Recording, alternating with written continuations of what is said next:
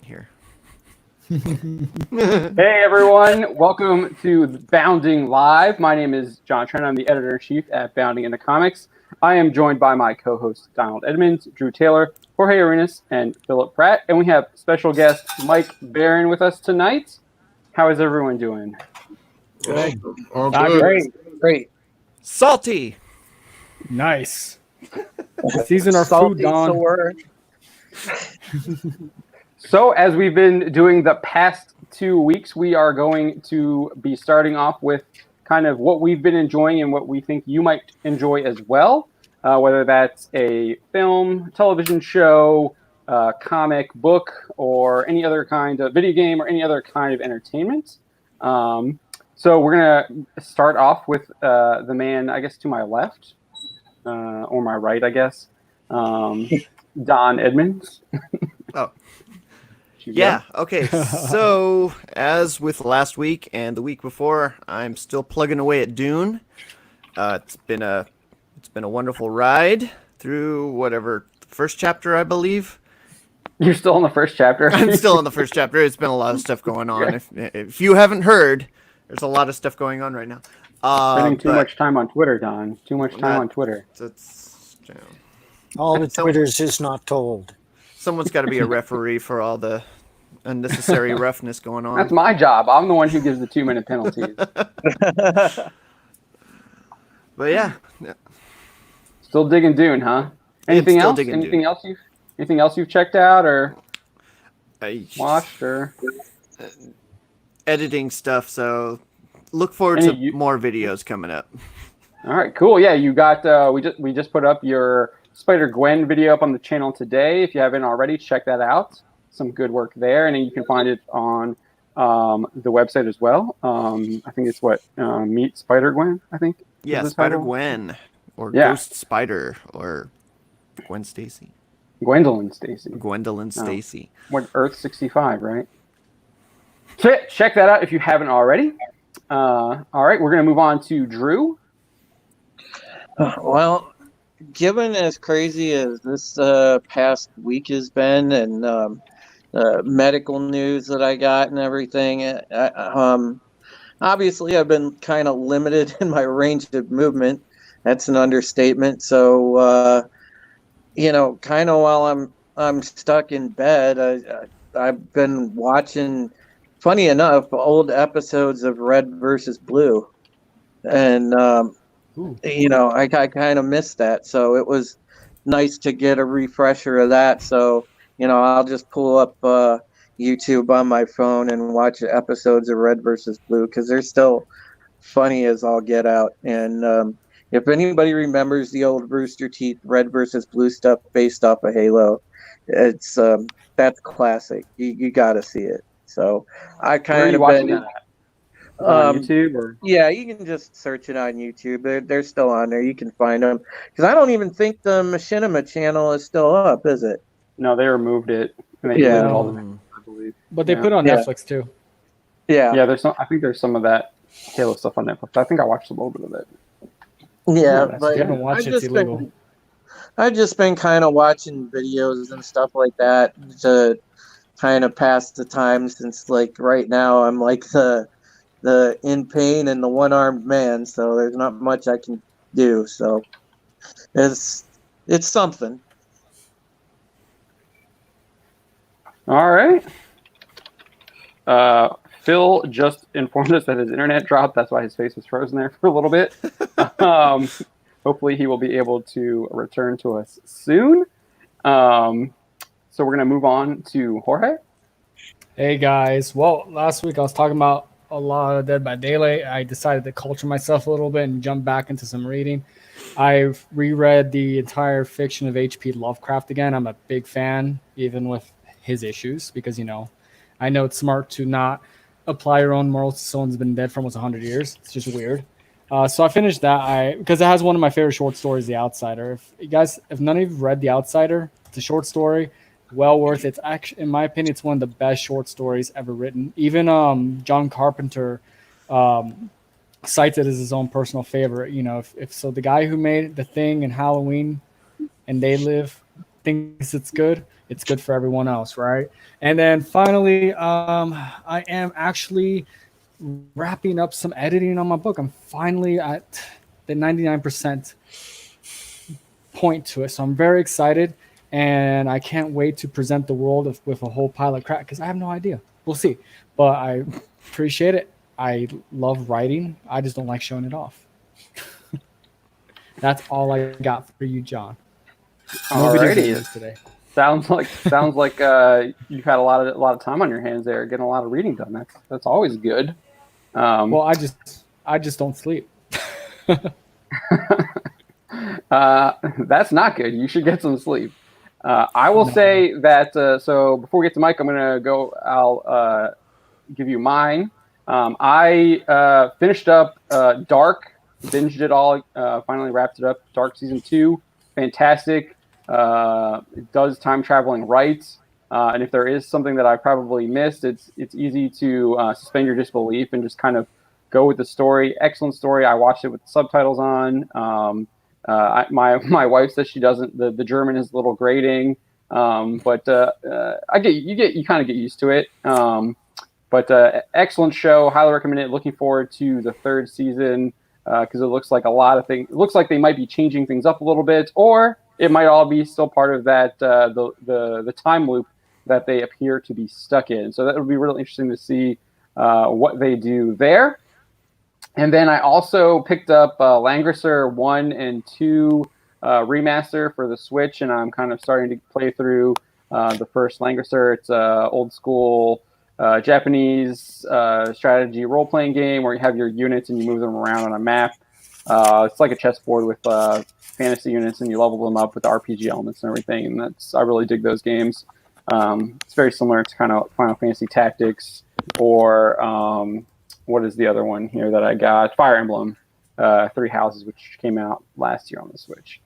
So yeah, those are the things that I am watching and playing, and I definitely recommend both of those. So if you are looking for a video game or a show to check out, you should check those out. All right, let's move on to Mike. Well, the comic I read recently, I posted it on PM, was Dogs of War by the Philbach brothers. It knocked me out. It's about a program to help returning warriors ease back into life by adopting a dog. It's so much more than that. It's very moving. It made me cry. It will make you cry. In books, Con Eagleton's 6-book series of Genghis Khan, beginning with Wolf of the Plains, is probably the best historical fiction I've ever read. It's over 1 million words. I couldn't put it down. There's not a wasted word in it. And in movies, there's a movie called The Rider about a rodeo rider who busts broncs, who's suffering from a brain injury, and he's trying to get back in the game. It's absolutely realistic and moving. It stars the actual people in their life story. It stars the guy who had a brain injury and all his friends who try to help him get back on the horse, so to speak. I love movies that are absolutely real, where you believe every frame and every word. And that's one of them. And another one is A Prayer Before Dawn, about a British boxer who gets arrested for dealing drugs in Thailand and gets thrown into Thai's prison and has to fight his way out. That's a true story too. You should check that out. Both those movies grip you and they're real. And I know you are, you got I believe it's a Kickstarter, right, for your Nexus novel? Yes. We've got 7 days left. You want to talk about that a little bit? Well, the novel is based on an idea dude and I discussed years ago. He said, well, what would be the ultimate Nexus story? And I thought, well, it would be Nexus versus Galactus, but we can't use Galactus because that belongs to Marvel. So we created Gormondo. And that's what the story is about, but it's a lot more than that. It's world building. It's serious world building. It's serious science fiction. If you're familiar with Nexus, this will astonish you because it goes into his world in so much greater detail. And it features most of the regular cast, everybody but Dave, because Dave is stuck on Thune World for some reason, but everybody else. And Of course, there's a number of scenes in where Nexus is compelled to kill a mass murderer. And there are a couple of scenes where he does it not because he's compelled to, but because he can. But this is against the backdrop of Gormondo, a world-devouring creature that's bigger than the worlds he devours. And when he finally comes for Isla, he's so great and he's so dense that the gravity sucks everybody towards one side of the planet. They can't escape his gravity as he approaches. And the way that Nexus deals with him is ingenious. And it came to me late in the story, but it was due to seeds that I planted earlier. For me, the best ending for story should come as both a complete surprise and in retrospect seem perfectly logical. Of course, like the ending of Planet of the Apes, the original one. Of course it's Earth. So from what I understand, that this story was kind of originally done in a comic book published by Dark Horse, right? But now you're That's true. But they didn't publish what your entire, like your real vision or something? Well, is that correct? Well, no, the Steve Rude, so great guy, remains one of my best friends. But a number of years ago, he started rejecting all my scripts and rewriting them. And he did that to the Gormondo saga. And that's what's going to come out. It was going to be in March. And then because Dude added 12 extra pages, they had to reschedule it to August. But now it's not going to be until next year because of the coronavirus slowdown and everything. It's up on Amazon now. If you want to go look at it, the cover is astonishing. If you like, I'll post the cover on your Facebook feed if you want to show it to people. And then we can bring that up. Let's bring that up here. Yeah, hang on a second here. You can bring the Kickstarter up here too. Let me see if I can get that up.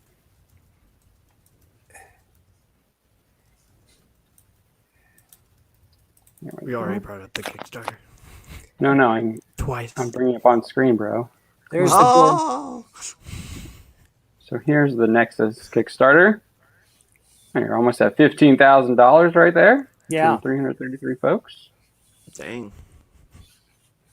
And got some postcards. All right, and you just sent me the...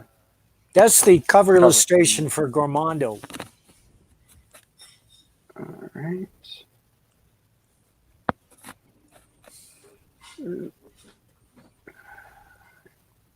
Okay. Sorry, guys. I love the art.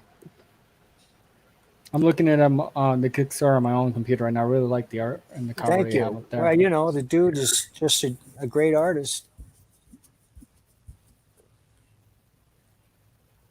Well, while John's working on that, would you describe it sci-fi, superhero? I would describe it as both serious science fiction and a superhero story.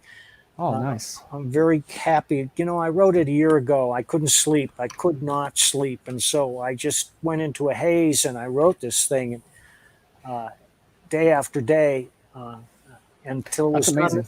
And then I put it aside. And then a year later, I came back. And Dark Horse was going to publish it. But then all this stuff happened. And so Ann and I decided to publish it ourselves. And I went back and I went through it. I edited it very carefully, and I was pleased with what I found. Sometimes a writer looks at stuff he's done and he rejects it all as too horrible. How could I have written that? It's just awful. But I felt real good about this, and I feel real good about putting it out there. And I've already got the next novel plotted out. That's great. Do you plan on... Yeah, there's the cover right there. So you're talking about that you've got the next novel planned out. Do you have plans to adapt that to a graphic novel as well, or? Well, in fact, it's based on 3 scripts that I wrote for Richard Meyer that he will publish next year, with art by Kelsey Shannon. Awesome. Is that going to be on Indiegogo, I assume then? Whatever Richard uses, I think so. Okay, cool. Yeah, I'll have to look for that. That looks like a lot of fun. But again, the novel is going to be a lot richer than the 3 issues. Yeah. Right. So I also heard word that you're working on a Badger novel as well. It's mostly written. I just have to go through and edit it again and go through it and straighten up a few inconsistencies and maybe add another 10% to bring it to a complete satisfying conclusion. But yeah, it's out there. It's everything you expect in Badger. It's totally off the wall. There are animals. There's kung fu. There are multiple personalities. And there's a big supernatural element. It's called the Vong, which is a Vietnamese word for a demon. And it has to do with a demon that's haunting Ham. And a jar that belongs to Mavis, who's Badger's wife, that was given to her by her grandfather, who was Vietnamese. A very ancient jar that has supernatural properties, but you must never touch the jar. If you ever touch the jar, if you break the jar, the Vong is loose, and then look out. That kind of reminds me when I was growing up, if I touched the top drawer of my parents' dresser, I get the crap smacked out of me. So I understand that completely. Don't ever go in the drawer. Don't ever open the drawer. Yeah, I remember one time. Never mind. Just Please tell, Donald. We want to hear this. Oh, you just opened a can of worms right there. You're going to have to tell that story now. Buzz, maybe? No, I'm joking. I'll let later. It's more an adult-themed story. All right, everyone, prepare some bleach for your ears. Yeah, it's for the after party. Okay. All right. Well, let's move on to Phil. What have you been checking out?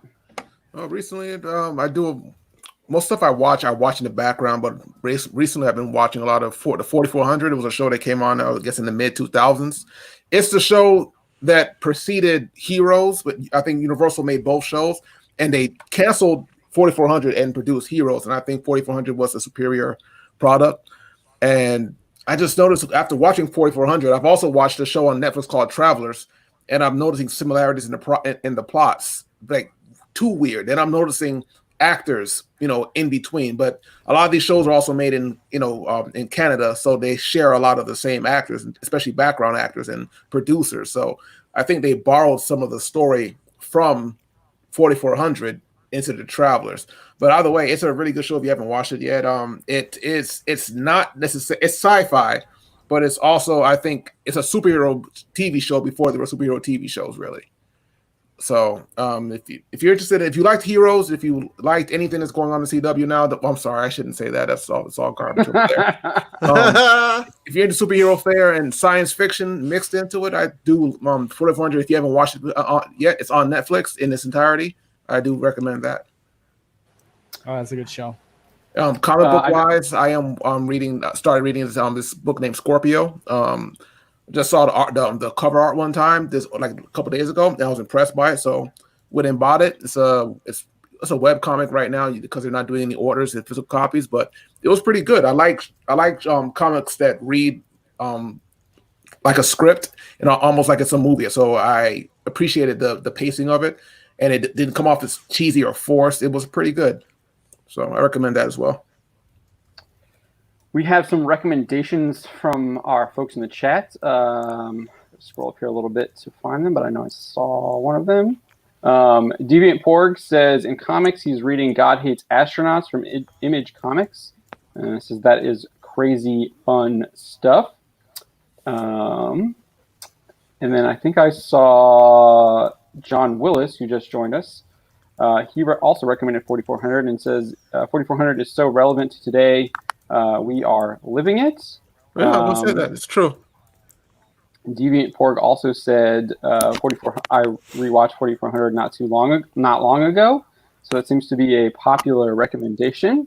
Marvelous Surf, Stargirl is a hot mess, but it is a guilty pleasure.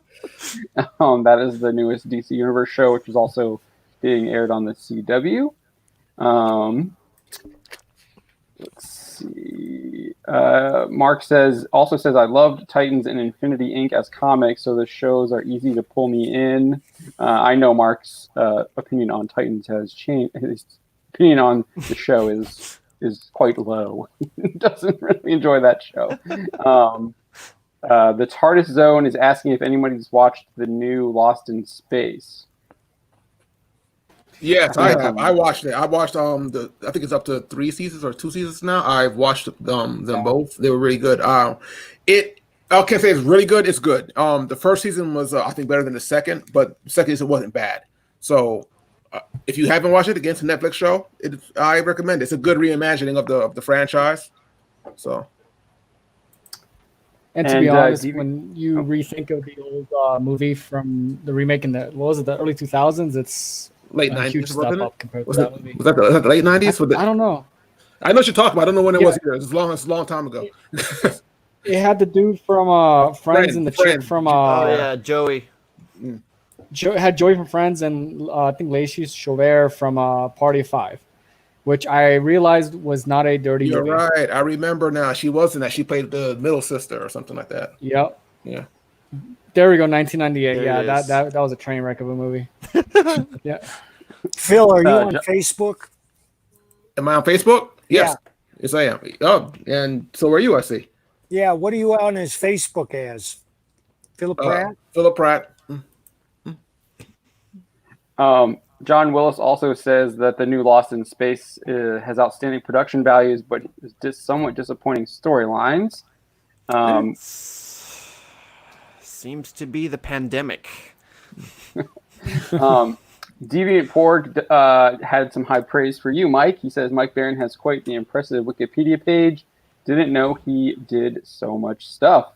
And yeah, you've done quite a bit of stuff. I mean, I know we were just talking about Nexus and Badger, and you've got new projects in the works on those, but you've had significant runs on The Punisher, The Flash, on and on. I only feel as if I learned to write about 10 years ago.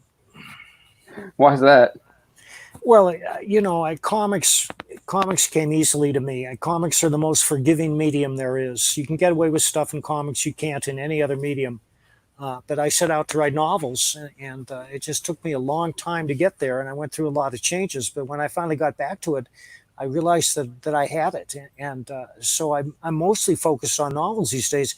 But I'm certainly still active in comics. We're about to launch the Florida Man Kickstarter in a couple of weeks. Yeah, tell us about that, because I know that's a novel as well. Yeah, it started as a comic, and when I wrote the comic again. Yeah. I had 5 scripts, and I said, wow, there's a detailed outline for a novel. So I wrote the novel, and I showed it to my publisher, and he snapped it up, and it was in print a month later. It's by far my most popular novel, and it's just what you think it is. It's every crazy Florida man story you ever heard, wrapped up in one guy, Gary Duba. Gary Duba's having a bad day. There's a snake in his toilet, a rabid raccoon in the yard, and his girl Crystal's in jail for getting naked at a Waffle Hut and licking the manager. And that's how it starts. And it's got everything. It's got gators. It's got cocaine. I used to date a girl named Crystal. You know what? Let me write all that down. That sounds like a good adventure for summertime. And most of that stuff is like ripped from the headlines, right? Or you see like I got a lot of inspiration from it, but I also made up a lot of stuff too. Okay. Just crazy stuff that I've been carrying around in my head for years. I'm sure whatever you made up has probably actually happened down here. Exactly. That's the scary part. You can't even tell anymore what's made up and what's actually been on the news. All right, yeah. So you can get that on Amazon, right? Florida Man. Yeah. Wait. That ain't the. That's an illustration for the comic I just sent you. Hang on a second. I'll send you the cover. Sorry, I'm working with like multiple browsers here. Oh, we're aware. Okay, here's the novel. Okay, I just sent you the novel. I gotta pull it back up again. There it is. Okay. Yeah. Don and Jorge need to do some yeoman's work and get those links in the chat. While I pull up the cover here. I know I talked to you last year, I want to say, about you also. So like we talked about doing sci-fi stuff. Florida Man is kind of like an adventure comedy, it sounds like.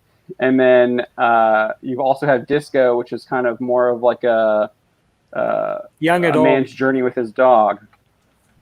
This is a coming-of-age story about a boy who adopts a mongrel pup and trains it to be world disc dog champion. Do you want to elaborate a little bit more? Or is that... Pardon? So does he grow up with the dog? He grows up with the dog then, as it's a coming-of-age story? Well, it only covers about a year in his life, but it's quite a year. Okay. It's kind of like a sports story. It's like Rocky for dogs. I like that. I like that comparison. That's a good one. Rocky for dogs. Sorry. I like yeah.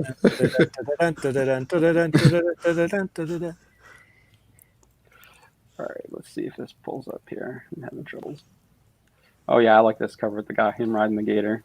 That was amazing. That was going to be the cover for the comic, but we might come up with a new cover. Todd is just an amazing artist. There we go. So everyone else can see. I mean, who wouldn't want to jump on a gator and jump over a car like that? Come on now. Like Mike, you're giving me like bucket list stuff right now that I'm writing down. I love how he's got his hat in the air like he's riding a bull at a rodeo. Just having the time of his life. And like the woman in the car is just like, yes. Well, there's two women in two cars going in opposite directions, which is a little confusing. But I just like the one woman, she's just like, oh yes. Just like taking it in. Yeah, that's a great image. Was that also a headline at some point? Florida man jumps over two cars with a gator? Do you guys really want to go down that Google rabbit hole? Because I wouldn't be surprised. All right, let's get into the main topic of tonight's cancel culture. It being alive and well. I would even say that it's resurgent, and it's kind of dominating media headlines. And it's in every single industry. We're seeing it in television. We're seeing it with movie actors. We're seeing it in comics.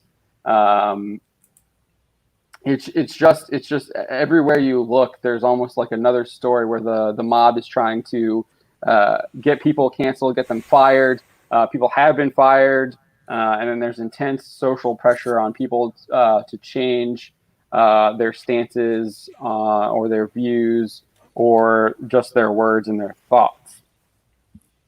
So let's start with the biggest of them all, or like the most high profile, I guess, and that's Hugh Jackman. So Hugh Jackman posted seemingly harmless tweets of a police officer hugging a black man, and he captioned it "Solidarity," and he was just roasted in the comments. So let me pull it up. You're here. like a marshmallow, man. What are you talking about? Like they showed Wolverine no mercy there. I was like, whoa.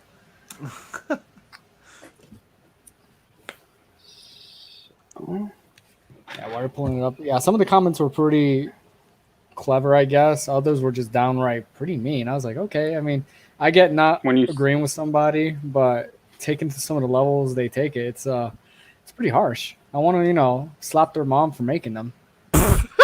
Yeah, I just pulled it up, and the first tweet you see is F Hugh Jackman. Not going to show that. I'm sure we'll see more like that, though. But yeah, here, this is what Hugh Jackman tweeted. Solidarity, and it's showing a police officer embracing a black man. And then you see peaceful protesters in the background. It's got only less than 50,000 likes, less than 4,000 retweets, and there's over almost 6,000 retweets with comments. So let's just kind of look at these replies. And some of the replies don't even make any sense. Like they don't have anything to do with the actual conversation. Like that first lady was like capitalism. I'm like, okay. I can talk about random stuff too. I'm gonna go to church and be like, hey guys, astronomy. So I've noticed this on Twitter now. When you click on something like this, it shows people that follow you or you follow them at the top now. We're not seeing these are kind of they're almost like trying to keep you in an echo chamber, I guess, almost on Twitter. So the first replies you see are people that you can see all these people follow Bounty in the Comics. So that's the replies we're seeing first. But if you dig a little bit deeper, it gets pretty hairy. Yeah, we get Cantina here now. Do David Dorn and Patrick Underwood. So I don't know who this is. Mara Wilson. I think she's a writer. Aren't you friends with Rupert Murdoch? I mean, leave Mr. Matilda Burns said, out of "Miss this. me with that." Matilda said, "Miss me with that pro-cop propaganda." Did you pay any attention? Did you pay attention to any of the X-Men movies you were in? Take your boots. I don't know what that. Well, they're insinuating he's a bootlicker. Oh. Okay, Yeah. He was right. Come together peacefully. Y'all just want to be mad about something. Someone who's probably blocked us. Badge of honor. Yeah. Now is not the time. Okay, we don't. I gotta skip that. Sorry. Lindsay Ellis, just with a GIF right there. Dude, I had a reply like that too. I'm like, what does that mean?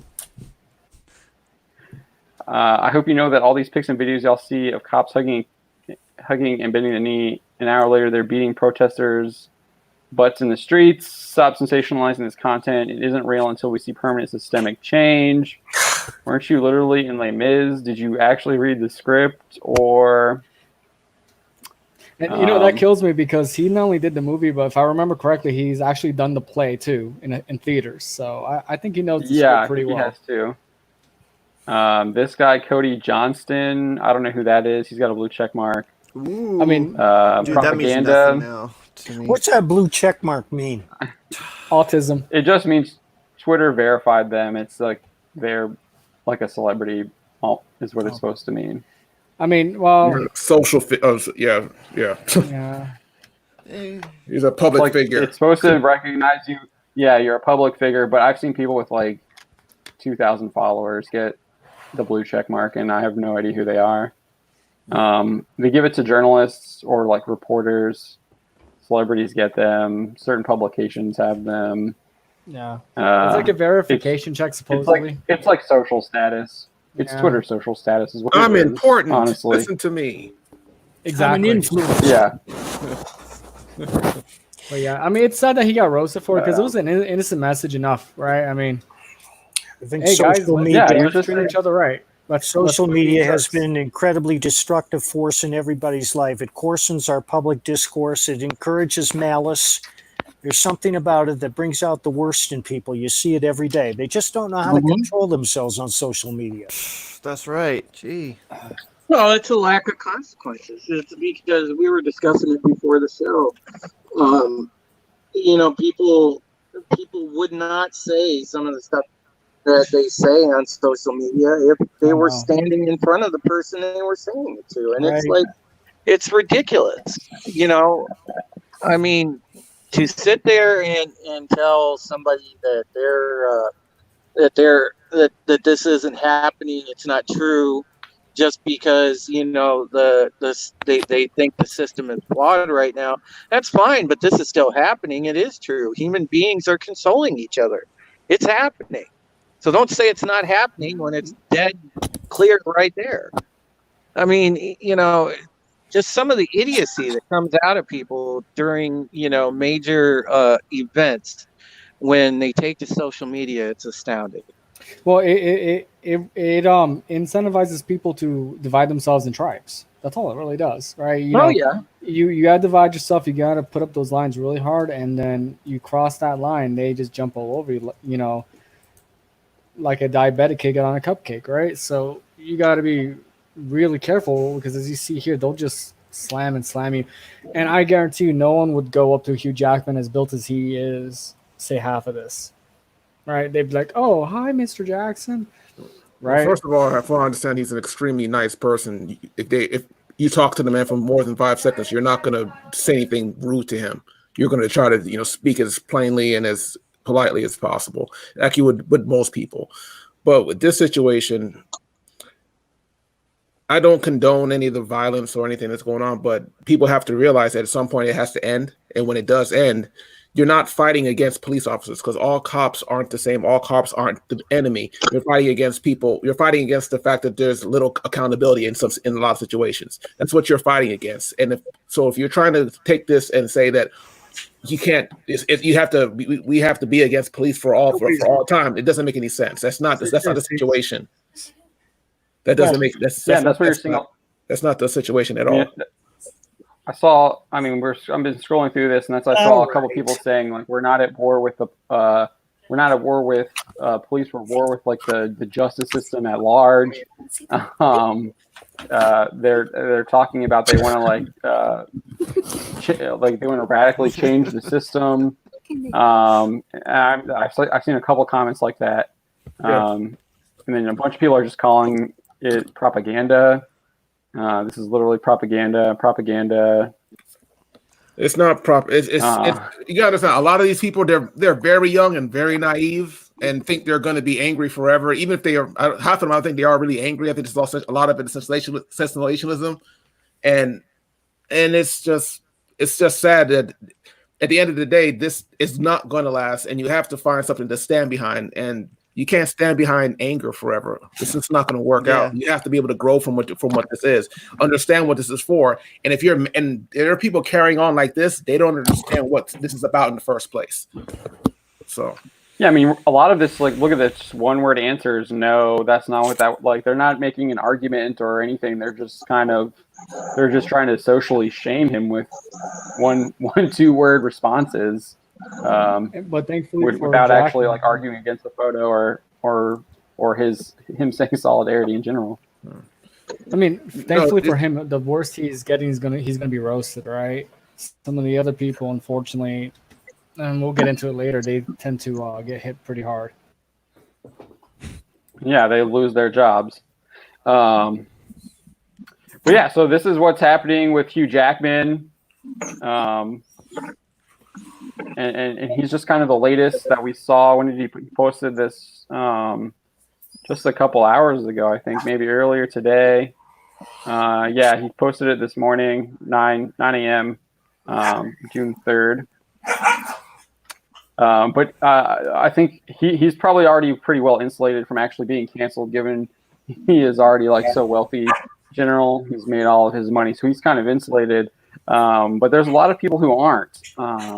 And that's not to say that even because he is so wealthy, he's still not just what's happening to him is right. It's still not right. He's just, I think, better protected from it, given that he's already kind of a super celebrity.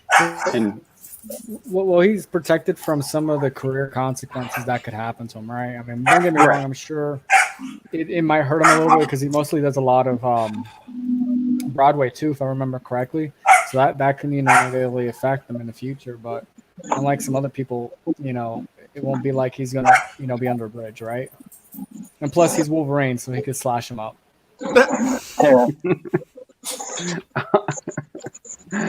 Shimmy them. So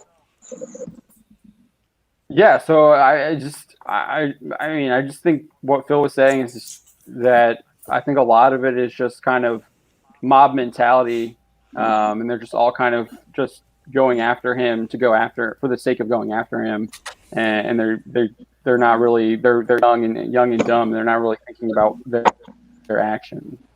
They just need to go outside and get some fresh air, right? Get out of the basement, quit watching certain websites, and interact with their neighbors. I guarantee you, things are a lot better than they think they are.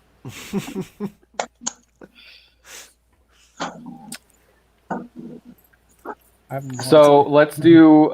So Hugh Jackman wasn't the only X-Men actor to face this. I'm having really some internet troubles here, guys. Sorry. That's all right. Evan Peters, who was in X-Men First Class, X-Men Days of Future Past, X-Men Apocalypse, played Quicksilver. Was in probably one of the most iconic comic book movie scenes. I would say that scene where he's breaking Magneto out of the Pentagon is just, super iconic. It changed action films. I mean, kind of like how the Matrix changed action films in the 90s. When everybody saw that super slow motion, real time human bullet speed, that did the same thing. So yeah, I agree. It was freaking awesome. But so he was. What is that? He was also faced a mob. I don't know if that's my internet messing up or what's going on. Drew. I got to bug out, guys. Thanks for having me. Hey, take care, Mike. All right, thanks for joining us, Mike. We appreciate it. And we will continue plugging your stuff. Yeah, absolutely. Copy, Yeah. paste. Make sure you check out Florida Man. Nexus is on Kickstarter right now. Florida Man's on Amazon, and then Mike said he's also going to be he's going to have some more Nexus stories coming out on Indiegogo as well. Lots of good stuff from Mike there, and definitely check that out. Oh yeah, it looks really good. Anything with a dude riding the gator is top notch for me.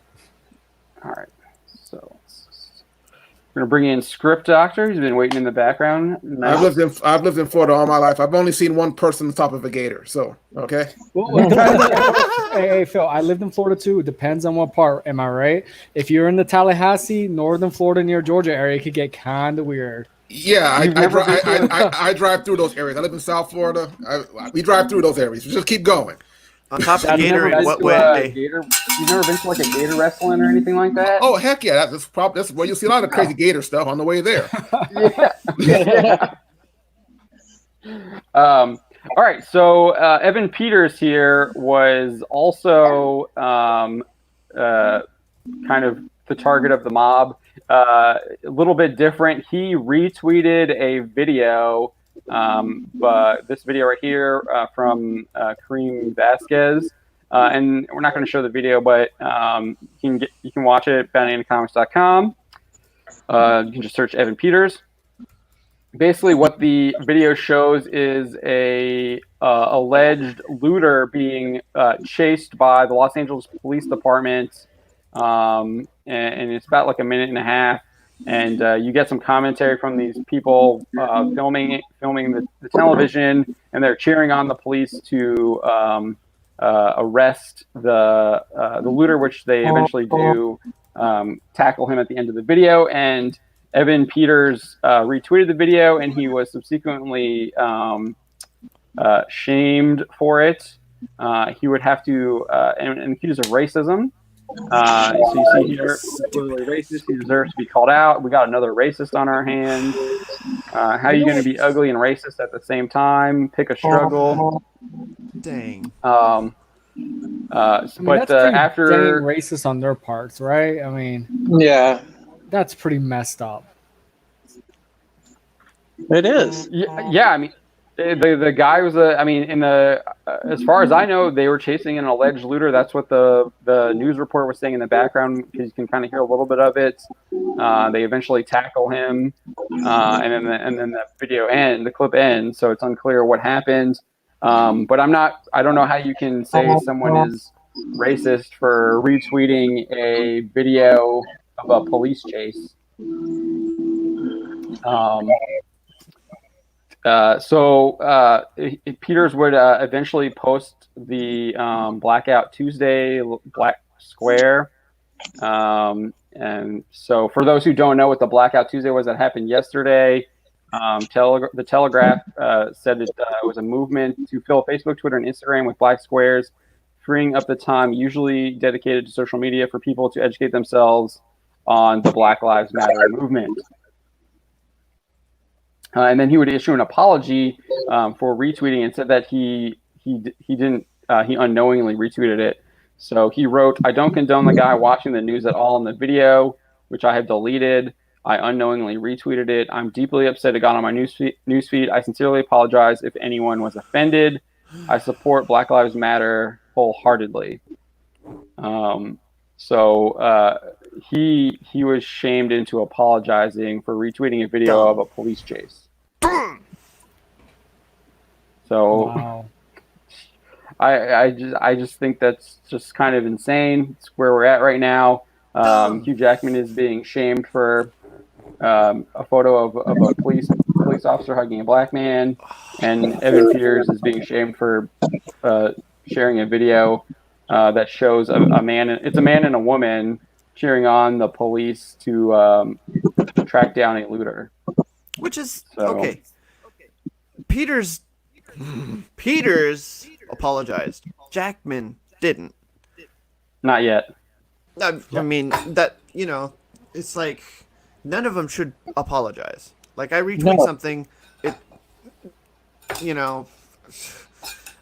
retweet something and it doesn't, like, unless it's like against the Twitter rules and policies and procedures and stuff like that, and it gets taken down by Twitter. But that, this is my Twitter account. I can post whatever I want. You don't like it, then unfollow, block, mute, whatever.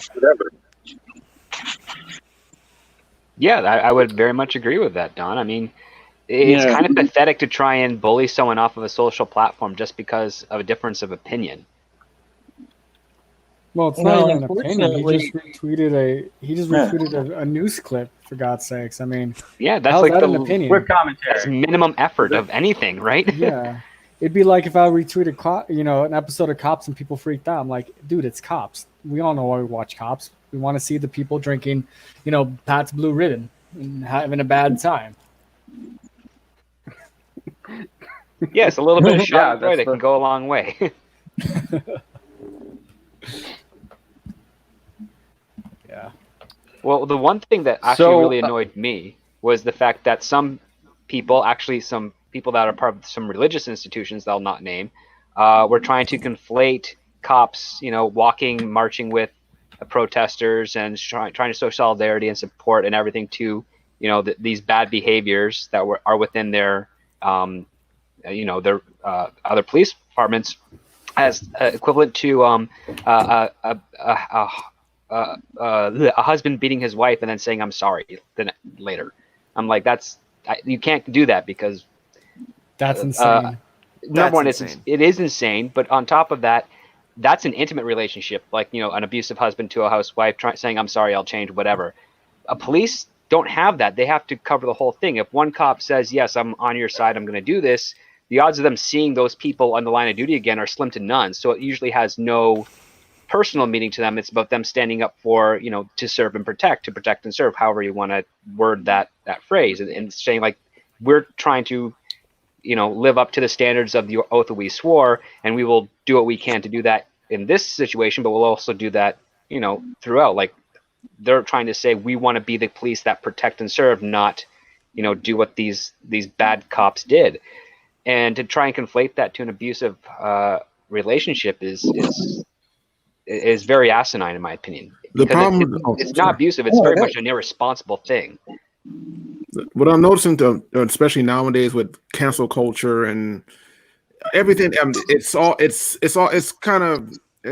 a virus. Here's the thing: the idea of forgiveness doesn't seem to exist anymore. It's if you mess up, you're that person forever. Then whoever you're associated with, they're guilty too. And that doesn't make any sense. And that's how you breed. It's how you breed hate. Yep. And you can't look at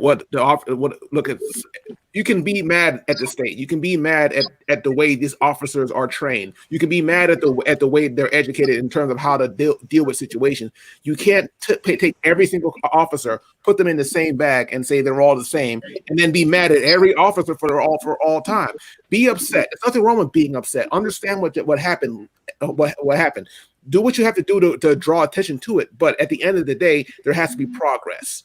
You can't just put everybody in the same barrel and say this is you forever, even if you were 8 states away. That had nothing to do with this. That's not how that works, and that's not how we're going to get better from this situation.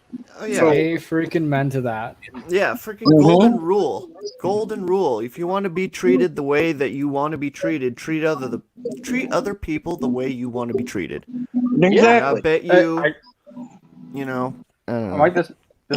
This might be a crazy comparison, but I think what you're talking about is also being reflected in the culture and the movies that we're seeing. Just look at Star Wars. Star Wars was about redeeming Darth Vader, and then in Rian Johnson's trilogy, we have Kylo Ren saying "kill the past." Two different, radically different messages in the same very franchise. antithetical different message. Yeah, absolutely.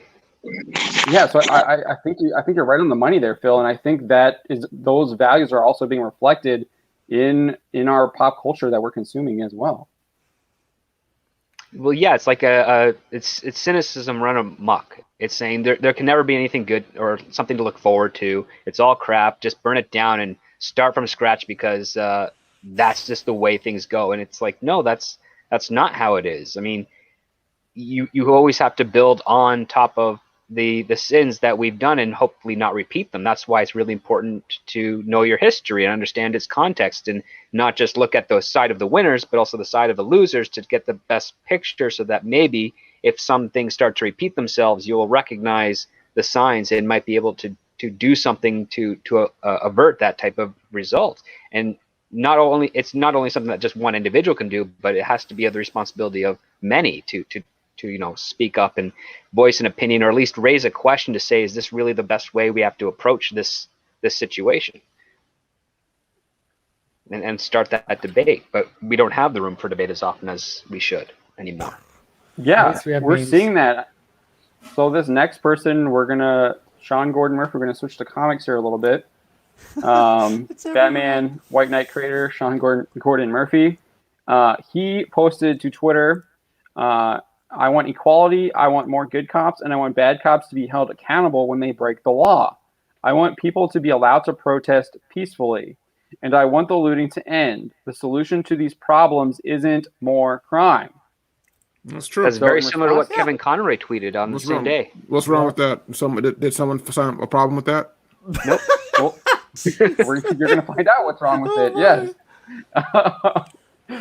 So a number of his peers took issue with it. Telltale Games cinematic artist Jane Kim said, "This has got to be the least punk shit you've ever said. Come on. A man got murdered by cops after decades of unwarranted imprisonment and murders of black community by police and government. But looting and vandalism is what you're worried about. Please reflect on your words." Wow. I think they completely just I think they just. Here's the thing about here's the thing about looting and rioting and vandalism. The first night it happens, people are on pure emotion. It's pure emotion, and half the time it's not even a bunch of people. It's a handful of people, and then it carries over. If it happens again for like several nights following, it's got nothing to do with the situation. They're just taking advantage of the situation. So.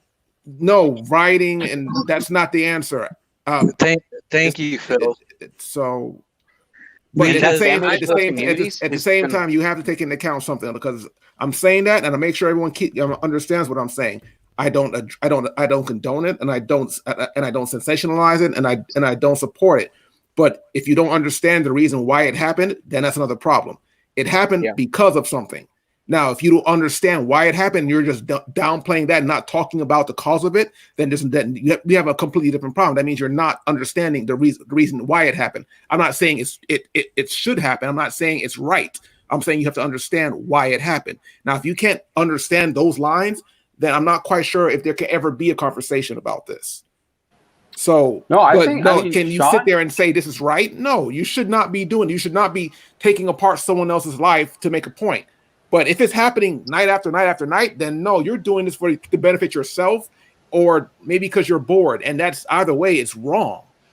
So, no, amen to that. Yeah, I think worse, you end up, completely, washing away the cause, right? The people, the reason people are upset, you cover it and you get it out of the people's attention, and instead people are focused on the looting and the rioting. So it's not only bad, but it's counterproductive. You're killing any movement, and you're taking away focus of what it should be talking about.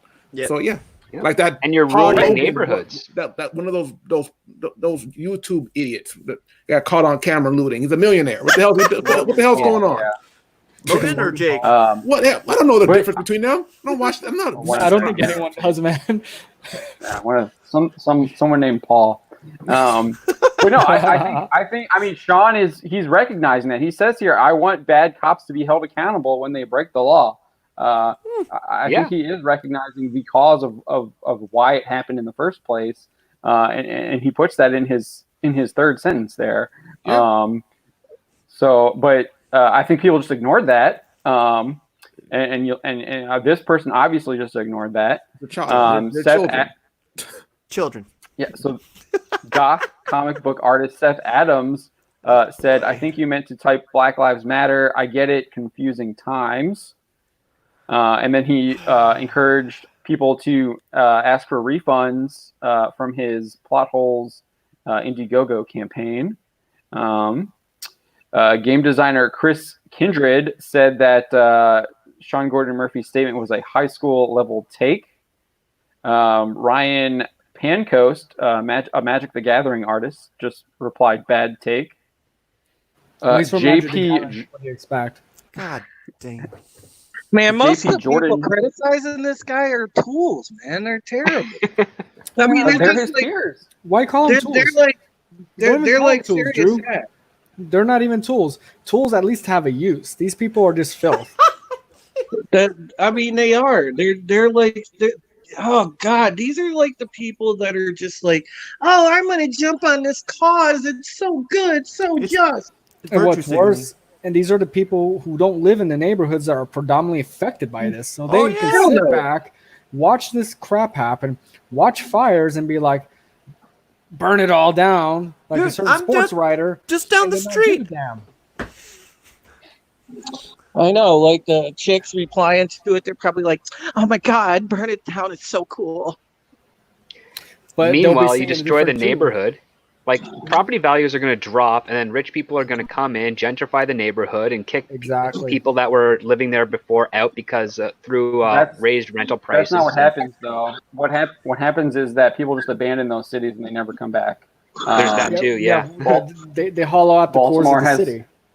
Baltimore hasn't recovered from its riots. Detroit is still recovering. Yeah.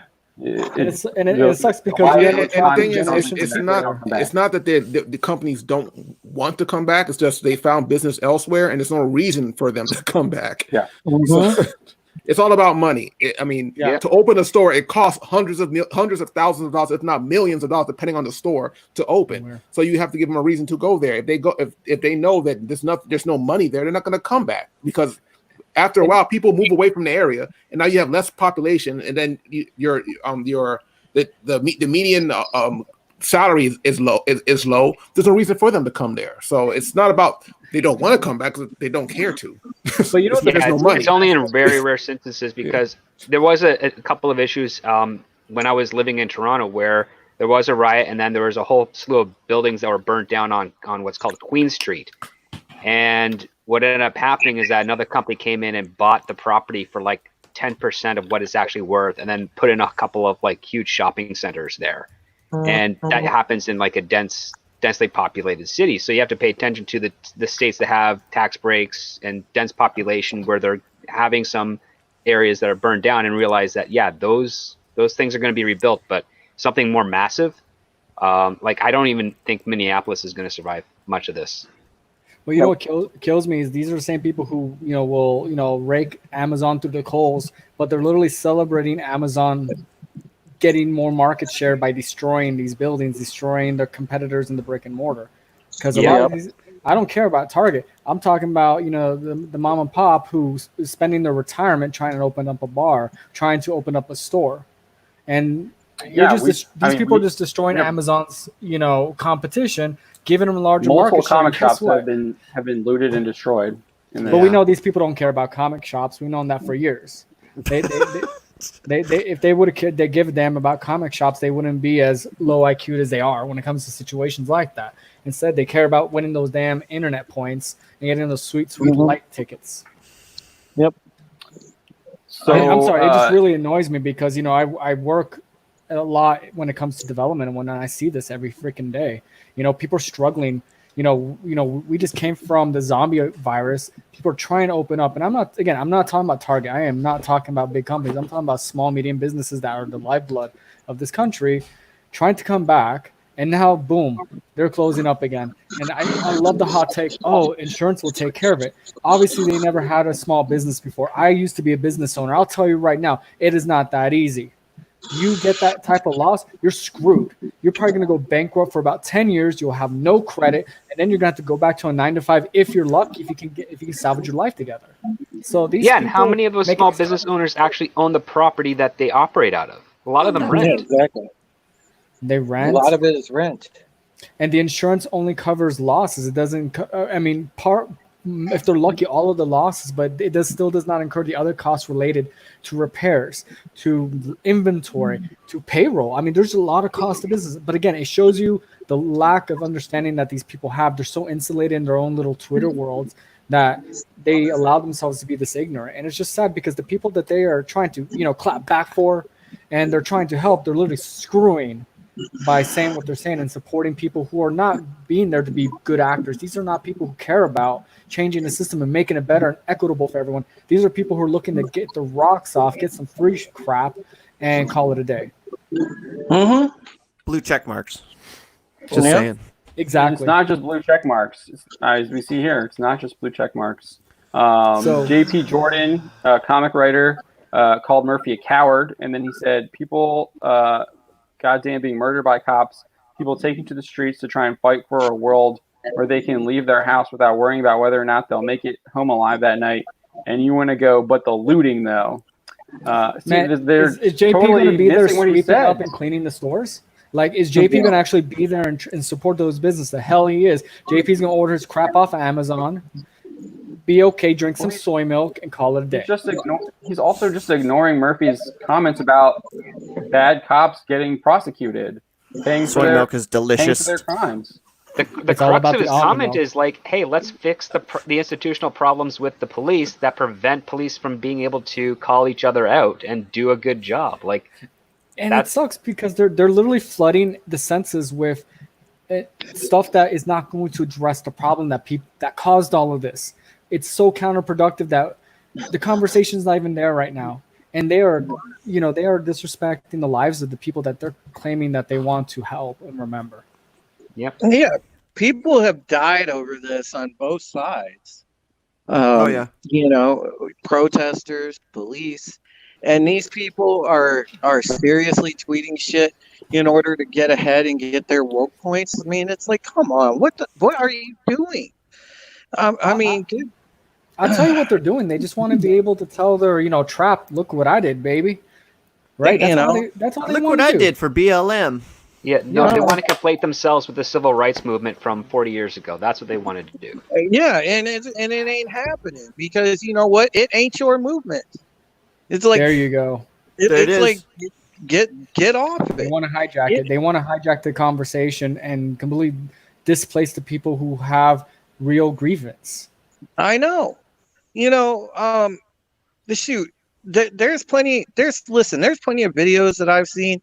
I saw the one video where it showed it was funny because these two black women that were BLM girls, they were recording stuff and they showed these two the typical type of valley girl, rich girl, oh, look at me, I'm an Antifa girl type of woman.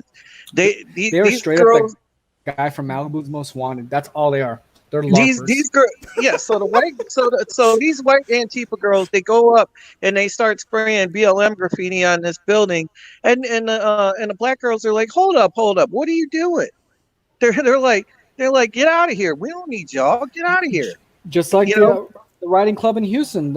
It's a club of I think mostly black men and women who horse ride in the area in Houston, Texas. They were kicking people the heck out because there were a lot of people not from that area coming in to look to start crap. They're like, and I don't know about you guys, but when someone comes at me with a horse and they're twice my size, I'm not going to stick around. I'm going to be like, you know what? I'm going to say no.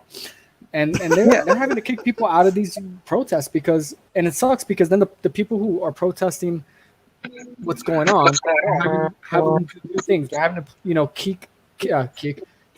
kick people out who are bad actors, who are trying to make them purposely look bad, while at the same time trying to deliver a message of change.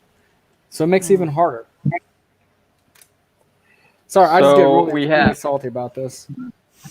Same. Bleeding Cool writer Hannibal Taboo wrote, if I could catalog all the things you don't understand by making this flawed, uninformed statement, I could make a printout to fill the graves of all the people your anti-sentiments don't help. Shut up. Can we encourage him to get started? Because I'd love to read that. Yo, Hannibal, you got two choices. Either come into the stream next time we stream or in the future and educate us, see what you know, or put your money where your mouth is and actually go to neighborhoods that are disenfranchised, disadvantaged, and do something instead of being on Twitter like a little twat. Mm-hmm. Dude, Sean Dark- Gordon Murphy want to come on this stream, and we will promote the hell do it. out of your freaking book. Well, the most ironic thing about all of this is, like these like celebrities, the blue check marks, the white folks that are like fake showing out right now. That's exactly what they're doing, because I promise you, in their free time, they are not driving through those parts of town. They're like, oh, we can't drive through that part of town. That's a bad It's not part. gentrified yet. Well, technically, we're exactly. still in a lockdown, so we can't really drive through those parts of town. Well, But- apparently not anymore. That social distancing went out. But Yeah. I mean, that's what I'm saying. They're not real about it. They're not. No. All they're doing is trying to make themselves look good in the public eye, Yeah, because see, they think that their trendy little thing, that hopping on the bandwagon is going to help. No, it's not. This is a movement that Black people feel passionate about. It's something that definitely they should be in the forefront leading it, and they don't need allies like that, because you know what, you're not being their ally when you're doing that. it's being super narcissistic because you're making it about me, right? That's literally what they're doing. They want to make it about themselves. They're not making it about the people who passed away, the people who've had to deal with the abuse, the people who've had to deal with the system and its inequalities. No, they have to make it about themselves because they're narcissists. And as we were talking about earlier with Mike, that's what social media does. It brings out the narcissism in people. It brings out some of the worst tendencies people have, and this is the result right here. Like Zach Thompson down there. How about supporting Black Lives Matter? Does he freaking know what he's doing? No, but what he's doing is talking a whole bunch of crap, isn't he? Yep. I'm doing my best, John. I promise. I have to hold my little pebble in my otter stomach in my pouch. I'm crushing it right I was now. shaking my head at Don's comment in the chat. I wasn't, saying he looks like. No, your sweatshirt says batting in the comics. It's no. You got a stack of bricks behind you, Don? But Stop bringing those bricks in. Dark Horse Comics' LaGuardia artist Tana Ford wrote, "Way to absolutely miss the point. What a waste." Marvel Comics That's writer ironic. Zach writer Can we Zach just get Thompson. a bunch of abuelitas to beat them?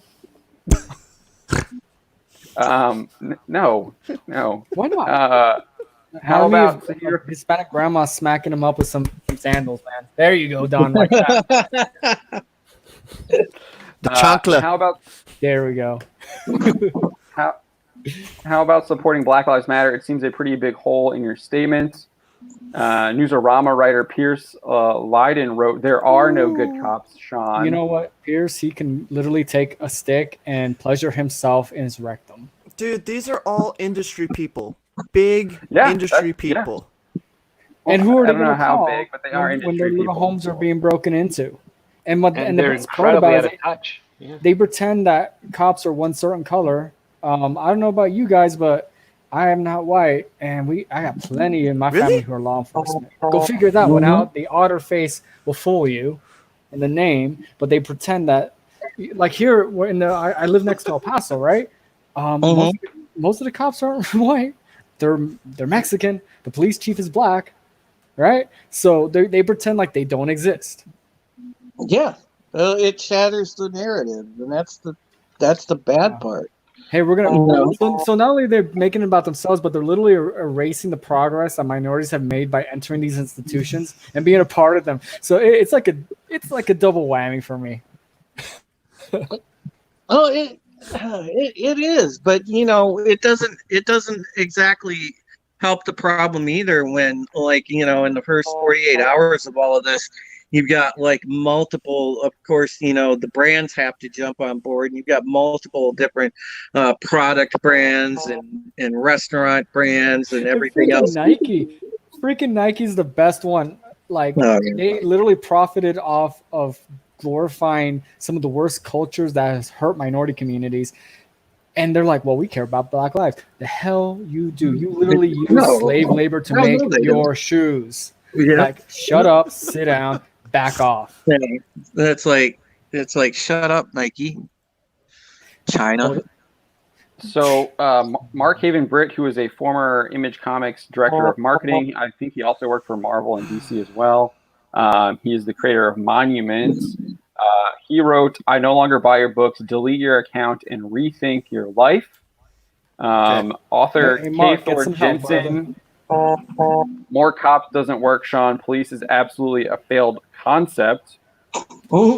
Jensen is a thinkleberry, man. That's some high IQ thinking right there. Because who's gonna pull you out of that burning car with the firefighters? Is it gonna be the volunteer force that comes from all over the city? No. I mean, again, these are people who are like low IQ. They only look at one step, one part of an entire institution, and they're willing to throw out the baby with the bathwater. Yeah, I don't think a fireman is going to be coming to your house to deal with like a home invasion, right? You know. Right. Yeah. And don't get me wrong. I mean, I've had my own personal dealings in a negative light with police officers. You know, doing what I do for a living over the last 20 years. Yeah. But I again, have too. you never paint an entire group of people with a brush. That is completely against the idea of equality. I'm not going to say all this certain group is this stereotype or all this certain group is that. Because if that were the case, I'd be sitting around, in a wife beater, speaking broken English, probably throwing, drinking rum right. Wait a minute, I got to put away my Captain's Morgan. But you know what I mean. But no, all joking aside, it's just really sad seeing these people, act as dumb as we think they are. So there were a bunch of people who did support Murphy. And so will I, thanks to that Image guy. I can hear the Cancel Warriors approaching. Be brave and good luck. Let's see how long it takes your peers to throw you under the bus because you're not posting the way they are. I'm a huge fan of you and your work. I'm extremely happy you made this post. Taking a screenshot to see how long it stays up just in case. Thank you, Sean. Couldn't agree more. Amen. Just for the record, all lives matter. I applaud you for taking such a courageous and dangerous stance against everyone else that is condoning the violence and crime. Rock on, dude. Well said. Murphy would follow up and say that he was auctioning off a original piece of artwork from White Knight #2, page 1, and he said that all proceeds would be going to Black Lives Matter charities. That's actually really cool. Yeah. So at the end of the article, the Associated Press had just released a list of all the people who had been who had died in the riots and the looting, and it's people on both sides. So you had St. Louis Police Captain David Dorn, Louisville restaurant owner David McAtee, David Patrick Underwood, who was a part of Homeland Security, part of the Homeland Security Federal Protective Service. Former Indiana University offensive lineman Chris Beatty, Davenport, Iowa resident Talia Kelly, Kevin L. Horton Jr. in Minneapolis, James Scurlock in Omaha, Nebraska, and then there were a bunch of unnamed individuals as well. So there has been quite a bit of violence, and people have lost their life in the rioting. Yeah, they lost their lives, they lost their livelihoods. Yeah, it's heartbreaking. And we don't see these people setting up a GoFundMe to, help people rebuild their lives. Right? No, the actors are too busy bailing out everybody else. Oh, don't get me started on that. If they actually want to, do something, maybe they should, put together a trust fund to, encourage businesses in the inner cities and areas that are disproportionately affected by negative, stuff. I'll leave it at that, to help, foster economic growth, to provide opportunities within those communities. But instead, it's just easier, to virtue signal and say, hey, I'm just going to bail people out. Oh, thank you. You solved no problem at all, and we're going back to square one. Yeah, that's exactly it. We need the army of abuelitas. Let's do this. So these next two are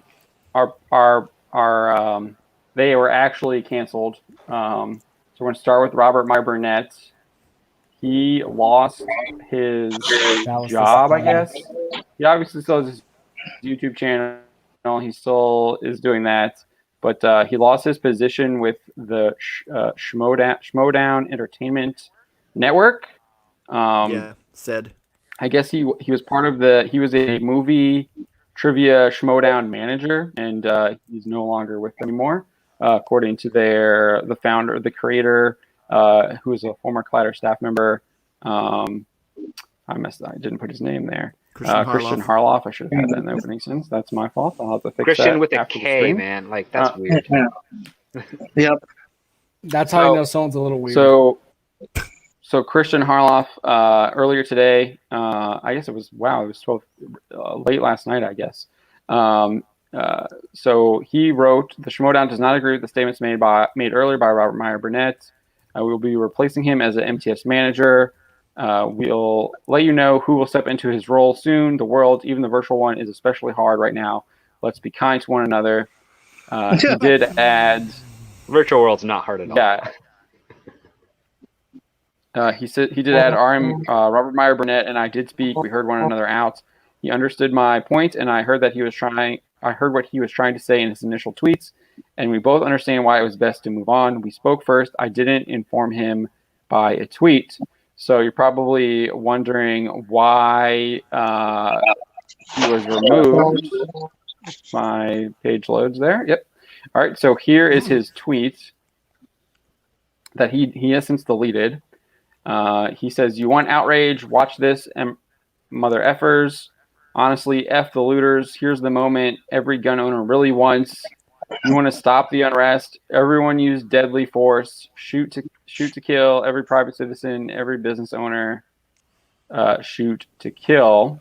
Well, yeah, that's I probably wouldn't have worded it like that. That's me personally. Yeah. No, he's kind of paraphrasing an old NRA sentiment from, I think, over 10 years ago. Yeah. Yeah, but like Twitter rules and stuff like that. Yeah. But I mean, this cancel is the Roof Koreans. I mean, okay. Yeah, I can understand the conflict with the shoot to kill stuff, but he's genuinely upset because a very prominent and well-respected retired cop was killed just trying to help a friend protect his pawn shop from these looters. And yeah, it's a loss for everybody. You retire, so you're working on the side, and that's how you lose your life. You know, you give literally your life to the community, and that's how you end. Exactly. He retired, and he still retained the nickname of being what was called the Cap, which is like he was apparently a guy that was really involved in the community. If he ever saw a kid kind of like going down the wrong path, he'd make sure he'd hear them out and try and guide them away from crime and all that stuff. And I mean, that's a heroic act there. And this guy was that up until the very end, and he did not deserve to die in this manner. Yeah, so if you look at Robert Meyer Burnett's Twitter feed, if you look at his Twitter feed, he did retweet the graphic video of St. Louis, former retired St. Louis Police Captain David Dorn's body after he was shot in the middle of the night and killed. So he says that this was he was reacted in anger. He did state 10:04 p.m. on June 2nd that he was going to delete my tweet. I only hope everyone remembers that dead man on a sidewalk who tried to do the right thing but was killed for it, and y'all want me to delete my tweet because, oh no, my tweet might cause violence. Too late. He then added, "Here's the thing. We live in a country where people walk into schools and kill children. No one does anything, yet I'm pissed because a black man steps up and tries to protect a business and is killed for doing so, and I tweet about it, and everyone says delete that." Really? So his tweets came to the attention of Robert Butler III, who is also part of the movie Trivia Schmodown. What's interesting, it seems like Robert Meyer Burnett doesn't seem to know who he is, because we'll see that in a little bit. But Robert Butler III says, Robert Meyer Burnett continues to justify this aggressively offensive tweet. This shoot-to-kill mentality is the exact type of declaration that incites violence and murder. He chooses to stand with right-wing extremist ideology. We must condemn. Yeah. And then he would add, he shares the original tweets, and he says that please give this man his medication before he goes out there and shoot a black person. So you can see in these images here that he's responding to Butler. Robert Meyer Burnett is in multiple tweets. He tells him "F you," and I'm advocating for defending against criminals. A 77-year-old black man is dead on the sidewalk for defending a small business, and you want to cancel me?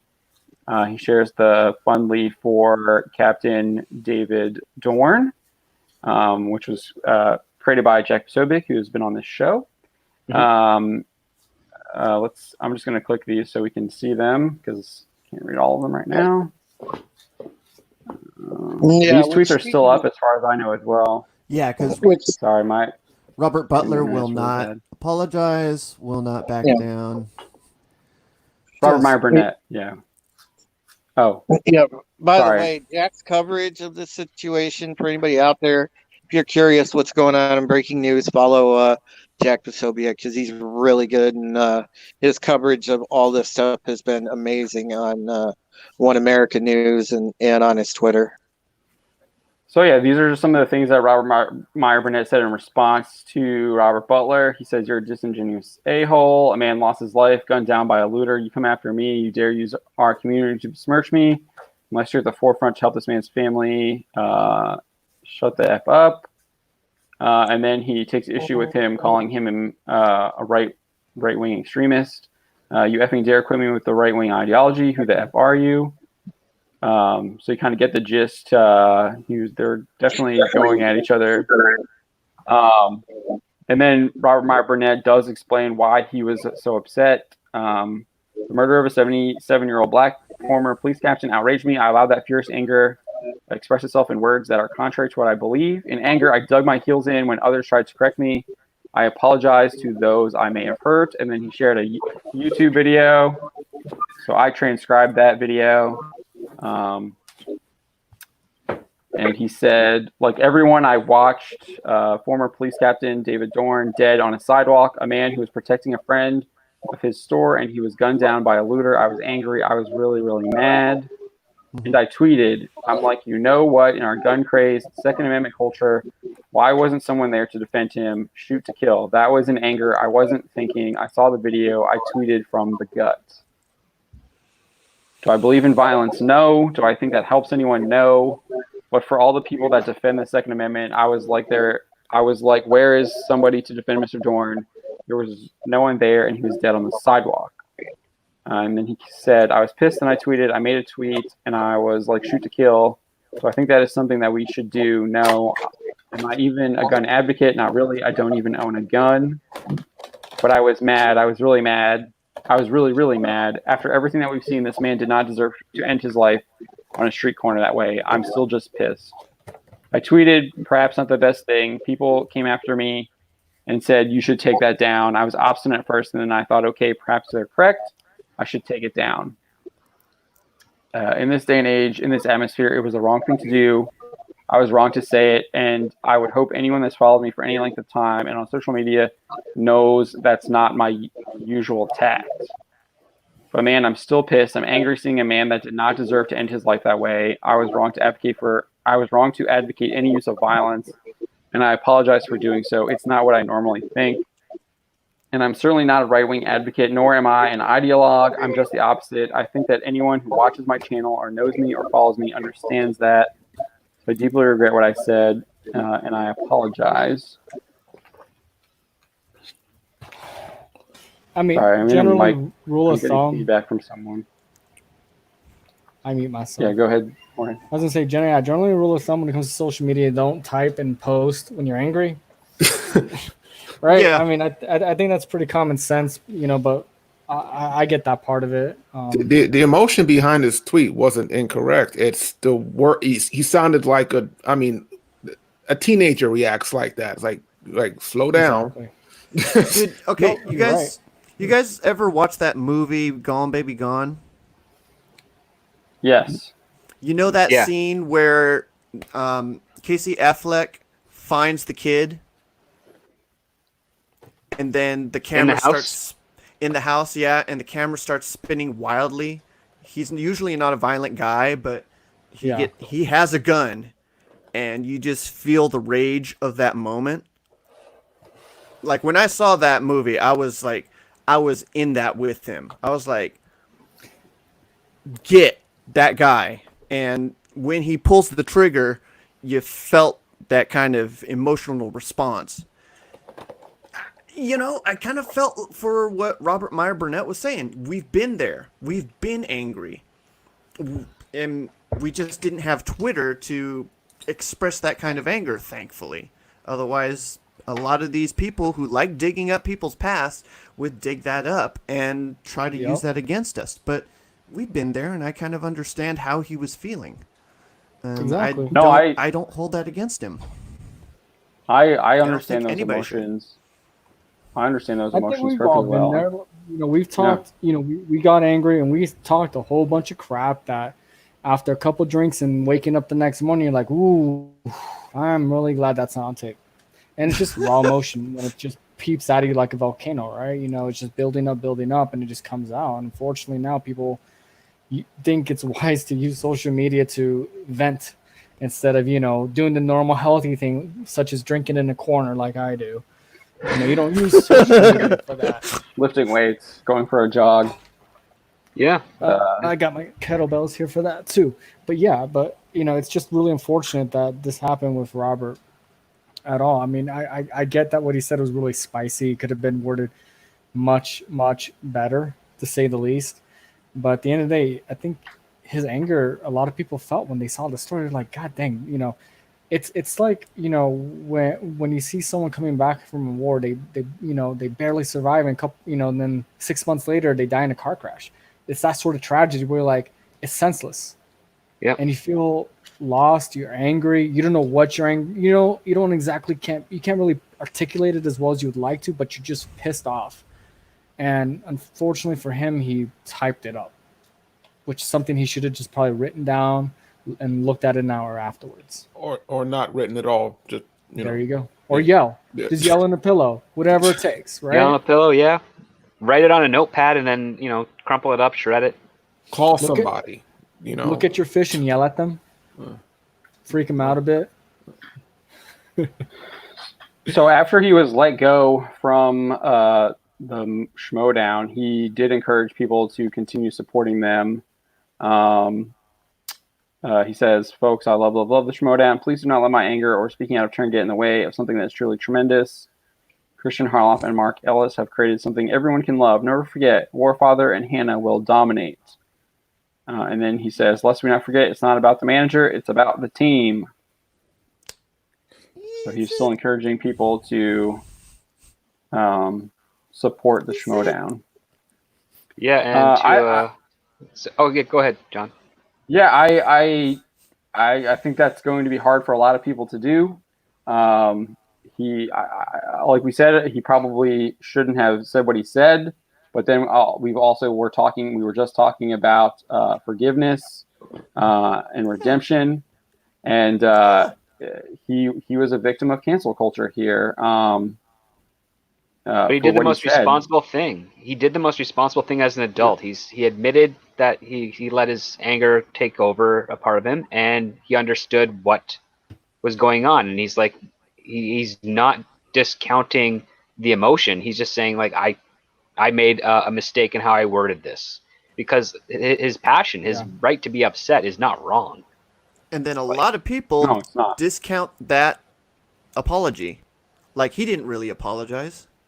And it's like, what do you guys want? And that's and the guy. It's like they want blood. The guy that made that original tweet that targeted Robert Meyer Burnett, he continued to say that, okay, he can apologize once, but that's not enough. And I told the guy, dude, this is the example, the shining example of humanity and his forgiveness right here. Right, as Tom says in the chat, there's never enough for a lot of these people. They don't want just an apology. I mean, we saw the tweets that people were directing at Sean Gordon Murphy. I mean, you saw the Newsarama guy was saying that there are no good cops. A lot of these people, they, excuse me, sorry.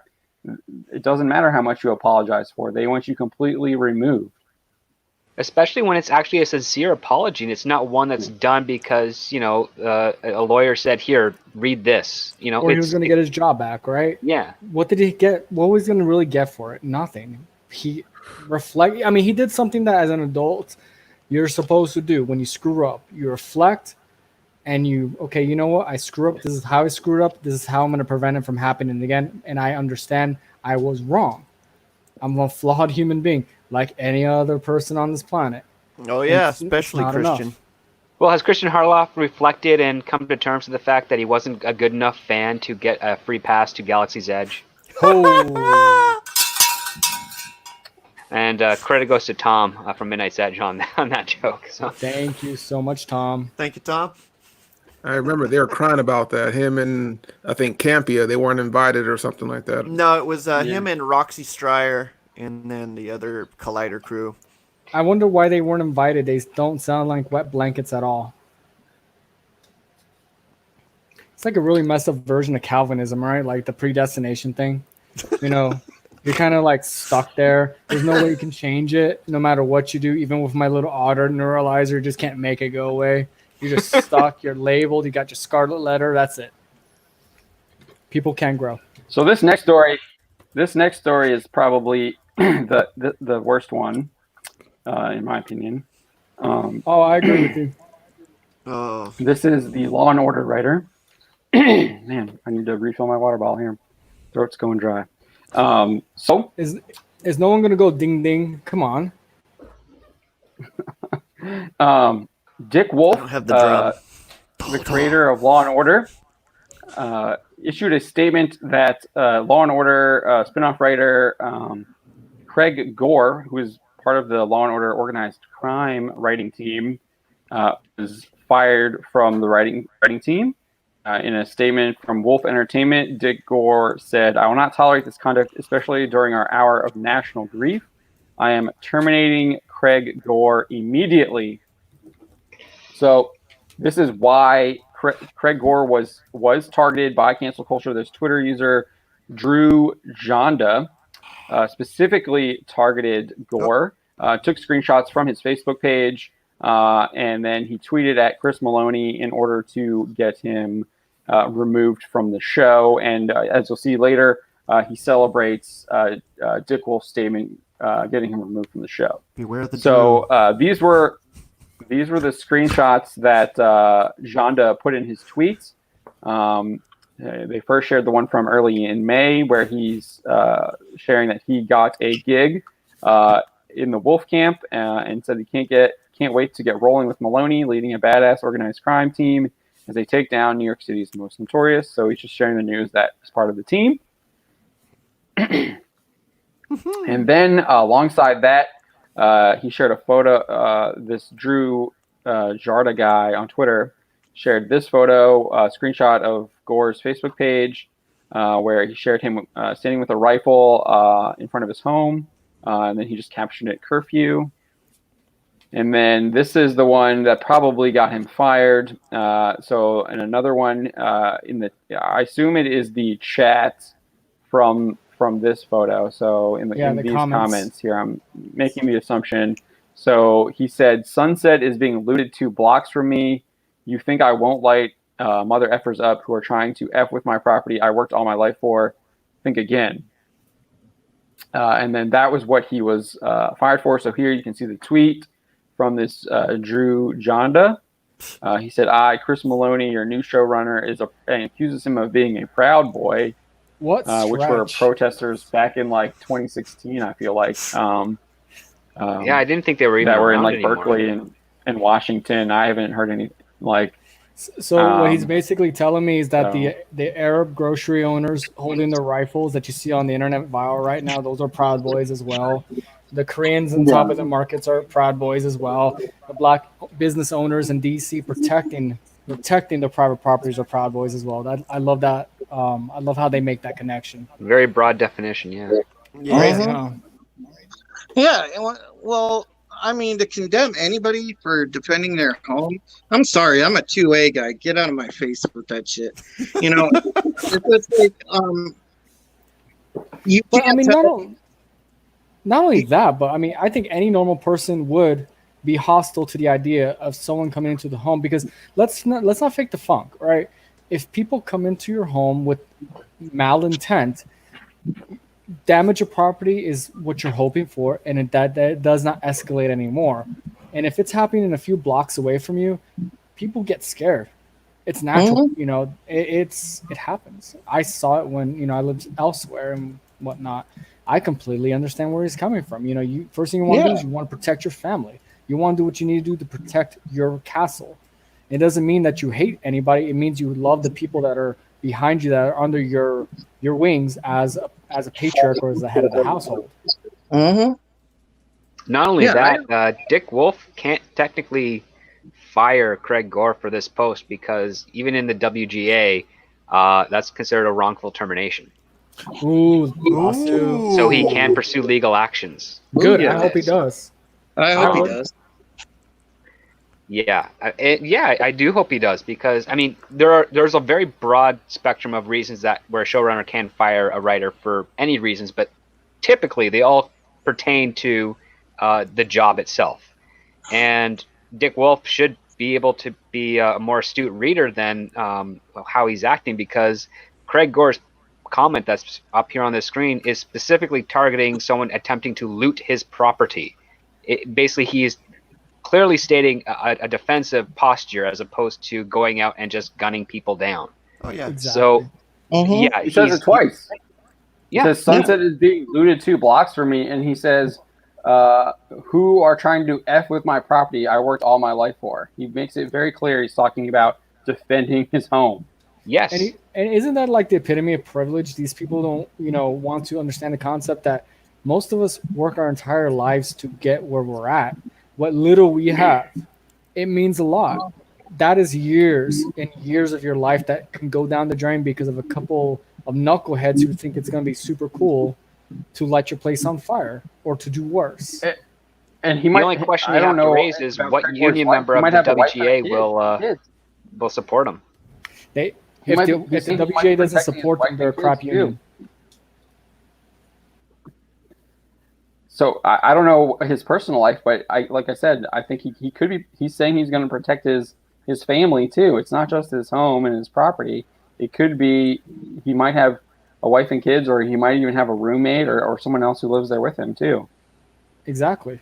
I mean, that goes back to my earlier point. I mean, you're not just protecting your property; you're protecting the people within your home. And I understand people are like, "Well, it's just a store." Yeah, it's a little bit more intense when it's your home. Where are they going to go? And there's a curfew. It's not like they can go to a local Motel 6 and show up.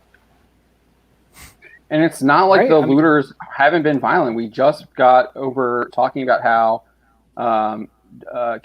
Police Captain Dorn was murdered attempting to stop a loot in Lewis.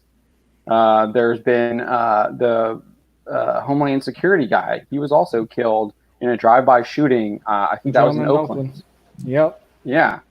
So yeah, there's reason to have this stance. There was examples of violence and people losing their lives. But I'm going to ask you again: are the mythical roof Koreans, may they shower down upon this country again? Are those people Proud Boys? Are the majority businesses that are the majority in this country, who are like grocery stores, who are gas stations and whatnot? These are Arabs, sheiks. I mean, these are people from across global cultural spectrum. Are those people now Proud Boys because they decided to protect the property that they literally most likely spent decades before they even came to this country sweating and bleeding for? Right? That's such a stupid overgeneralization on these people's parts. It makes them evil alt-writers. Oh my God. No, this guy literally saw him with a gun and saw that he was white, and then immediately said that he was a Proud Boy because he said he was going to defend his home. It's freaking stupid, man. You know what kills me? It is. I mean, because more people should think that way. You should get protection. You should defend your home. I mean, that should be your instinct. Goodness. Well, not only that. So they don't want they don't want any cops, but they also don't want anyone to protect their homes. Like, how's that supposed to work? I've been listening. I've been did a couple searches. I don't agree with anyone coming to anyone's houses or even their private property in terms of their business or whatever. But I hope people not get too excited over this, because I can't find any instances of actual home invasions happening. So I don't want people getting too worked up over something that's not really happening. Yeah. So I understand that. No, there you have a family. You have ago. Their home invasion. All that. I don't think it's connected to this. I mean, the looting. Yeah, in DC they were looting. They were looting some residences 2 nights ago. There's the video of the two guys playing beer pong, saying that they're on their side, and then get the 2 rocks thrown at that through the windows. Well, I understand there's a lot of that evidence. Well, here's the thing. I understand where Phil's coming from. I mean, they're these people who are canceling these other folks. They're trying to what they're doing. An extension is equating the people who are protesting peacefully with the bad actors. They're inadvertently putting them on the same team, and that's unacceptable. That's crap. In Michigan, the chief already said that I think they made 80 arrests on the first 2 nights, and he said maybe 5 to 10% were locals. Everyone else from out of state. There you go. So same thing here. Far West Texas, same thing. That's what police officers are, and even the local protesters are saying. They're like, who are these people? that's like, wait a minute, we don't recognize these people. They don't belong here. They burn a little too easy in the desert sun. We know they're not from here.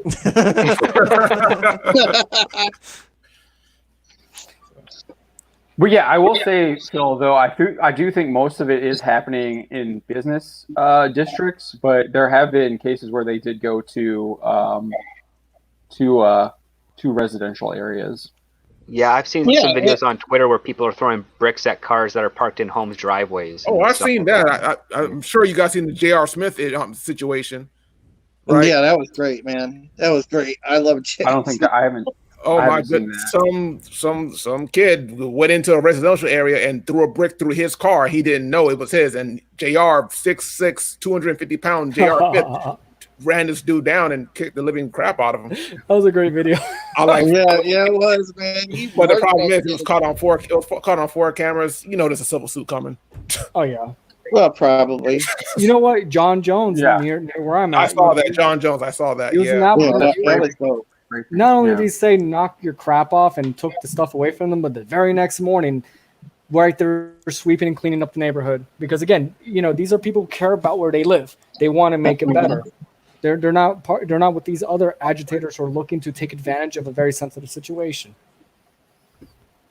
Oh yeah. Well, and you don't want to get hit by Jones. That dude. He elbows as fast as an Apache helicopter spins its propellers. Did you see him handling one side of the plywood when the other side had 2 people on it? Yeah, it was great. What the heck is going on here? MMA, man. That guy's great fighter. So this was the Drew Jonda after he tweets the Dick Wolf tweet, which is announcing that Gore is being fired. He shares this GIF, ladies and gentlemen, we got him. And so he's celebrating him being fired. This is the epitome of cancel culture right here. And it sucks. Even when I disagree with people, even if I don't personally like you, let's say I find you reprehensible, the idea of taking away someone's livelihood, pretty low. Here's the thing. Yeah. These riots happen because there wasn't enough response to the murder. Now, if someone does something you don't agree with online, you don't have to react so quickly to get rid of them. It doesn't make any sense. Just talk to the person, see what happened first. But it seemed like he was fired within 24 hours or what was it? Probably 12 hours of it. Did you do any due diligence? Is there a process? Did you have an interview with him? Talk to. It's just reactionary. It's too reactionary. That's someone's livelihood. It's just not right. No. I don't know. For me, it's a low thing to do to take away someone's livelihood because, you take a man's job, that's pretty effed up. Even if you don't like them, we most of us have families we gotta take care of, and to take away someone's job because I got offended by a social media post, that just shows how low they are. I don't know. I'm just a little sensitive to that. I don't like going after people's jobs. I don't like a lot of people. John, you know that. but I'm not going to go out there look up their employers and Stop start quoting a Brie harassment Larson. campaign. Please. Especially over a tweet. I mean, it really wasn't that. It wasn't okay. It wasn't the prettiest tweet in the world, but is it really worth all that? I mean, No. it was not worth. It was a lot less than what Maya Burnett put out. I mean, come on. Yeah, he was spicy. Yeah. Craig was nowhere near as spicy. He just had a little pretty toy with him. Myers was some spicy stuff there. Yeah. So John wasn't the only person to celebrate it. We had this kind of this film director Matthew Cherry wrote Dun Dun, like he should know better. Showrunner. It's Dum. Yeah, he's a film director. He knows it's like 4 or 3. Sorry, I think maybe he was doing the drum thing. The sound effect from Law and Order. Yeah, from show goes, dun, dun. Yeah, that's right. Yeah. And Lost Girl showrunner and Winona Earp executive producer Emily Andrus used a GIF of Paul Rudd looking smug. She should worry more about her TV shows. They weren't that good. Yeah, I know. Yeah, Winona Earp's about to get canceled. But yeah, so people are celebrating him being fired because he wanted to defend his home. I just think that's garbage. It's disgusting. Yeah, it's Great way crazy. to move forward. Industry elites. What also disgusts me is the fact that Paul Rudd looks better 30 years later. older than he does. I watched Clueless yesterday. He looks better now than he did 30 years ago. Yo, Phil, check him out. Check out the movie Overnight Delivery with Paul Rudd and look at him now. It is freaky. I don't know how he does it. It's them jeans. I don't know if I want to know. There might be some horrific Dorian Gray stuff going on there. Hey, some of the other celebrities do. All right, so I think we're gonna move on to another topic. I think we spent almost an hour and a half on cancel culture here. Was there anyone else we missed? Was there another example? Was there anything else? Oh my gosh, bring up on I that? don't know. Anyone check Twitter recently? Week's not over. I have a pretty normal feed. It's rare that I get crazy hate stuff. I don't know. I'm just, over the last 72 hours, I've gotten to the point where I think I've lost respect for just about 75% of the industry now. It's like, easily. It's like, you should have done what I did and unfollowed them all. Yeah. Phil, I think I need to do that next because, man, dude, there was even some, and previous to this, like rare ones, like you guys know, I follow a lot of the Battlestar people on Twitter. I saw posts popping up from, people like Katie Sackhoff, Trisha Helper, and, it was just a general, like, doing the Blackout Tuesday thing or a post about Black Lives Matter. But these people never get political and they're, jumping on the bandwagon. It's like, I understand showing support, but, don't sit there and just like simp over it, because then you just make yourself look like a bandwagon rider. All right, with that, we're going to radically change topics. We're going to talk about some MCU rumors. Don wrote up a story on Wolverine.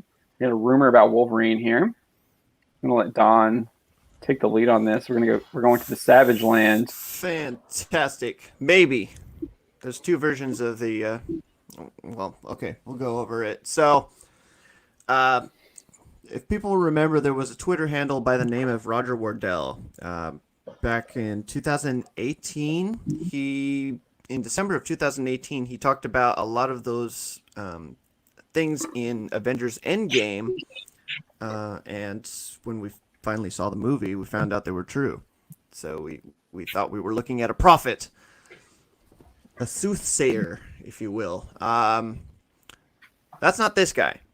This guy is named Wargel Roger, but he's making a lot of the same claims about knowing the future. Yeah, so just to clarify, the original guy, his handle was at Roger Wardell. Yeah. This person's using at Wardell Roger. Yeah. He's still saying that his name is Roger Wardell. It's unclear if they are the same person or not, but they are 2 different Twitter handles. And this one is, they're still both posting what they're claiming are scoops, and we're treating them as rumors. Yeah. So this latest rumor, you can read it right here on the screen. So, let's see. The MCU is way more dangerous for Wolverine than you might think. Logan receives his combat nanosuit thanks to Shuri and Antarctic vibranium. Boo. Yeah, I hear the groan there. But so this one threw me for a loop because I'm just like, why? For one, it's not in the comics. Two, the thing that is in the comics is like dangerous to Wolverine's condition. The Antarctic vibranium, as we know, get super nerdy here. The Antarctic vibranium is usually found in the secluded area of Antarctica, known as the Savage Land. The properties of the metal can nullify any other metal. I think you posted a little picture of it in my article where it completely melted a machine that the folks from were using. Savage Land #1 with Kazar. But or Kazar, however you say his name. Kazar's fine. You're Kazar? right. First time. Yes, Kazar. Kazar, okay. If it's been said out loud and it's been accepted, that's the way it is because we all heard it said in the animated series. It said Kazar. It's Kazar. You can't change it now. Okay. But yeah, there's there's the stone. He explains it right here. And it melts their little machine that they were what was a tank they were. It was a tank. They had a tank. So they're going for the if Wolverine's going to be using this instead of adamantium, they're going for it can cut through anything instead of it being. Here's the difference. So they're saying his claws, if they do it this way, his claws will be able to cut through anything because the metal disrupts other metals. No, he's saying that it's going to be this nanosuit. What the hell does that mean? It's like a Black Panther suit, but yeah, that's what I was Black Panther assuming. suit. Why would you? Okay, keep going. I'm sorry. But I don't know. Your idea could work too. So we just have different interpretations. Yeah, but the problem with that, if they're using that, here's the thing: Wolverine is who he is because his bones are unbreakable. Now, if his bones are coated with this, his bones won't be unbreakable. I mean, his claws will be able to cut through anything, but his bones won't be unbreakable. And I was listening to something online, and they're talking about this, one of the reasons why they're going with this is because they don't want to keep coming up with magical metals that can do anything. Well, adamantium isn't something you find in the earth. It's an alloy. It's man-made. So it's not magical at all. It's something that was made and it's kind of secret and it's hard to make. So it's not just something that's come out of thin air. It's something that is produced. So I don't see why they would want to shy away from adamantium other than just trying very hard to separate themselves from everything else that's been done before. And I think that's too far. But yeah, I think Wolverine and adamantium go hand in hand. I don't think you want to separate them. Yeah, and okay, so if he's wearing a nanosuit that's made of the Antarctic vibranium, it'll melt his bones, or at least melt. If they're coated by then, melt the coating. With with the adamantium. Plus, if I read that right, the metal itself is highly radiated. Yes, it is. So for a normal human. Yeah, so it actually it poisons their blood. It can. So what it does is it affects the iron in your blood. So it's melting this. It melts their tank. It also if you're exposed to it over time, it melts the iron in your blood. So remember, like mercury poisoning. Yeah. Yeah. So remember how the guy gets the iron injection or whatever in X2 to free. X2. Yeah. So basically, it's like the opposite of that. That's a great scene. Oh, yeah, so good. Such a good scene.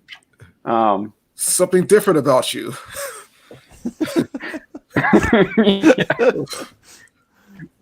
What's about that?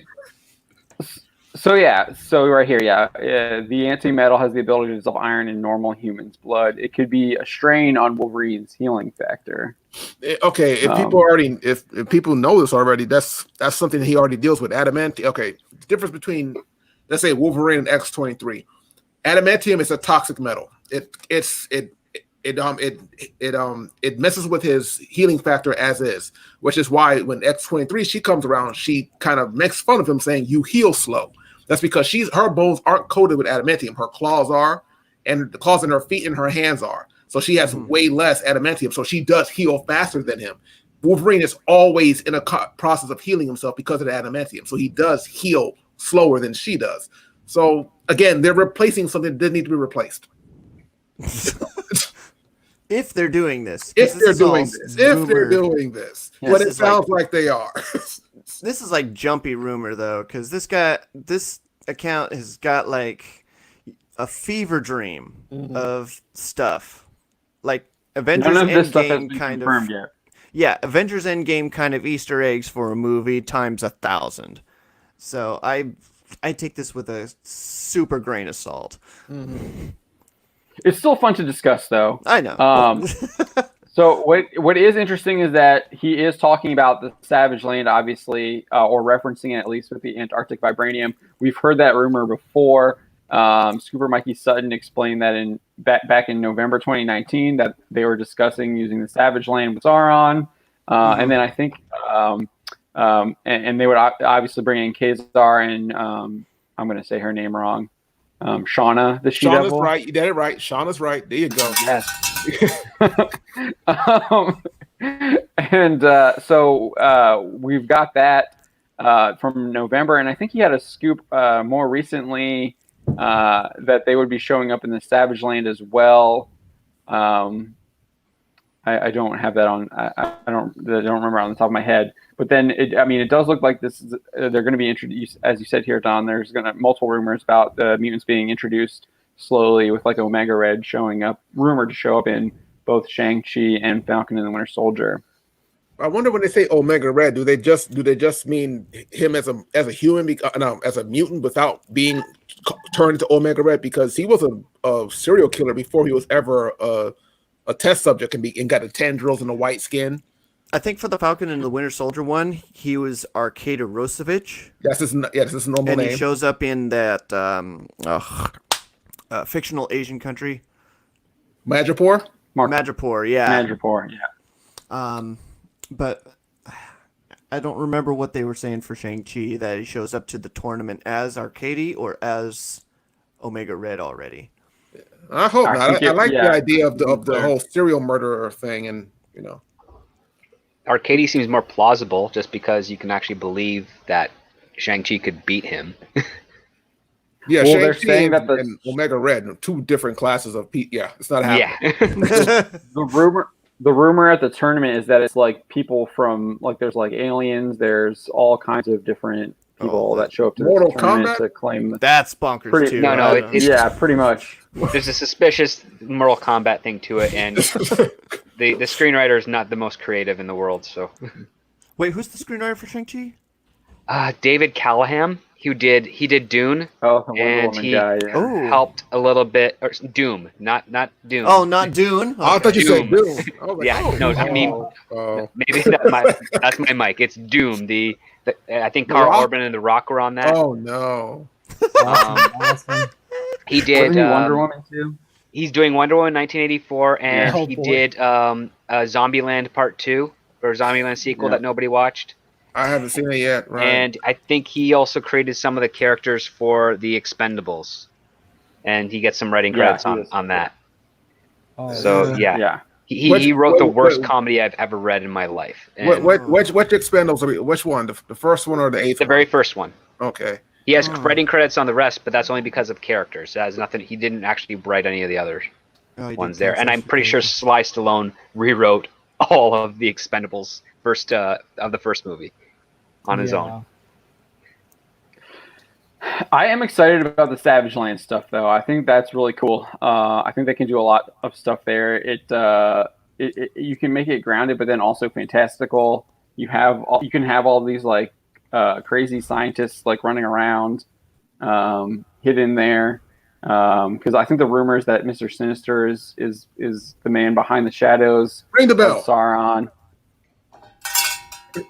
Sinister? Yeah, Savage Land is such a cool set piece. I would love to see a live action Savage Land film. It sounds expensive. Yeah, and well, it's Marvel. They have the money. They can do it, right? Or They definitely have the money and can do it. Yes. That's what they said about Black Panther. And that last part. Come on, no. I think that was more with the production rush to get the release date for Black History Month, as opposed to just making sure that it could be the best effects that they could at that time. So you promised no more rubber people. Yeah, that was really rubbery, because that's kind of like that's like your late stage previs stuff. It reminded me of the stuff the previews that we saw of Black Panther before the movie came out, when he was flipping over the car. That's how it looked like, and the car scene looked flawless, but somehow the end scene looked like the car scene in the previews.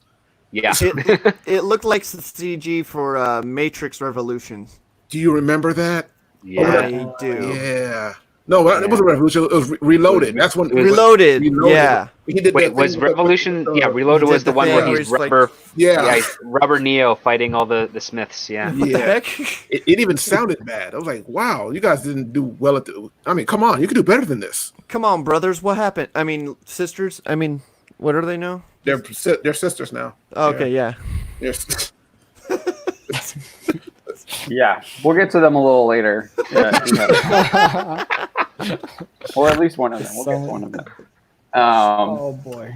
Yeah, I'm actually like this gets me excited. X-Men gets me excited. This is what I think Marvel needs to be pushing. They need to be doing X-Men. X-Men is what's going to get people excited. I don't think they're doing it. I really don't think so. They could make. I mean, Feige said it was like 5 years down the road. It's probably 7 now with COVID. We'll see. I think they might change their plans if Eternals doesn't turn out the way they want it to, and they'll fast track X-Men. But I wouldn't be. I mean, I know there are people. There's speculation that Eternals might introduce X-Men, or at least like hint at them. Yeah, they need one heck of an amazing story beat to make Eternals really, really something worth watching. I mean, when is it supposed to be coming out? Eternals? They're 2023. Oh, they're that far away still? Oh, I thought Eternals was supposed to come out. Later this year. Oh, I thought so too. Jeez, I'm having difficulty paying attention to the Marvel slate with all the theater changes right now. So yeah, I haven't been paying attention either. I think it was supposed to come out in November, and they pushed it. Yeah, so it's February now. They pushed it. They pushed it like 4 months. They put it in another slate. But yeah. So interesting. They put it in February. That's the month that they were. All the analysts were saying was a horrible month for Birds of Prey. But it's also the month that Deadpool killed it. So who knows? Well, a good movie can do very well in February. That's Deadpool the thing, had right? Otherworldly marketing, so that was different, and that was all organic marketing. So they did a great job on that. I don't think that can ever be duplicated again, because it was like no one's ever done it like that before, and I don't think you can replicate it again. So it requires a personality like Ryan Reynolds. Yeah, exactly. Yeah. Not only that, they had something in the actual story that kind of made it relevant for that month to be released. Like it's a love story on Valentine's Day, but it's also a superhero raunchy comedy. Yeah, like you're saying with the marketing was almost part of the film, because everything was like in character, and he was like telling you about the film. Well, the fourth wall breaking that Deadpool's known for was perfect for the marketing, and they capitalized on it perfectly. Dude, that Hall H presentation where Stan Lee is in the strip club as the maitre d'. That was awesome. Introducing Chastity. Yeah. Dude, I have never seen so much booty at a Hall H presentation. That was... Well, on screen or among the audience? It was on screen when they were premiering it with Reynolds on the stage. Oh yeah, they had like the dancers on the stage. No, they were showing the trailer for Deadpool, and that's okay. That would have been funny. Everyone was going crazy. I wasn't expecting Players Club in here. But yeah, the Savage Land stuff. I'm still concerned about how they're going to make it. This is not going to be one of the first movies out. This is after it's established, right? Because it's a pretty. This is supposed to be. It's supposed to be the second X-Men team film. It's like 15 years down the line. Oh yeah, You're being generous, Don. So by the time X-Men's introduced in the MCU, we're gonna have the Imperium of Man. Okay. It's just a deep cut to set up and to make us care about it that much. I mean, it's a cool set piece. It's what's the reason? I mean, Sauron, and like you're going really far into it. I just hope that we get something, before then. That'd be nice. Well, they kind of paint themselves. Maybe they use a Savage Land as Krakoa or like a Genosha. Actually, in the story that I'm writing tomorrow, they do mention the name Krakoa comes up in these rumored plans, which is something I actually wrote about. It's one of the reasons why I think it's showing up in the comic books. They're just kind of throwing stuff out there so they can mine it, but the name comes up in these rumors. So I shared the link. Yeah, do you want to talk about it? Okay. Oh, in the Slack? Yeah, don't look at me crazy, Don. I know what I'm talking about. Was that the YouTube video? Yeah. They talked about an article. No, that was a YouTube video. Mikey Sutton talking more about something he found out. Well, basically he again, just rumors, but they're talking about possible lineups for the film. And again, it's leaked out that they're looking at Storm, Sunfire, Cyclops, Marvel Girl, Thunderbird, Havoc, and Nightcrawler as the main protagonists in terms of the mutant, the X-Men themselves. Cyclops? No, Cyclops is in there, and there are no Wolverine. No Wolverine. I think something about they're trying to. He used the word all new, all different, which concerned me. But they're trying to do an all new, all different approach to what Fox has ever done, which is I think I've wrote about this several times. That's exactly what Feige's trying to do. He's trying to separate himself from what Fox has already done. But what he's not doing is what he is doing that Fox has done. He's retreading the whole school thing.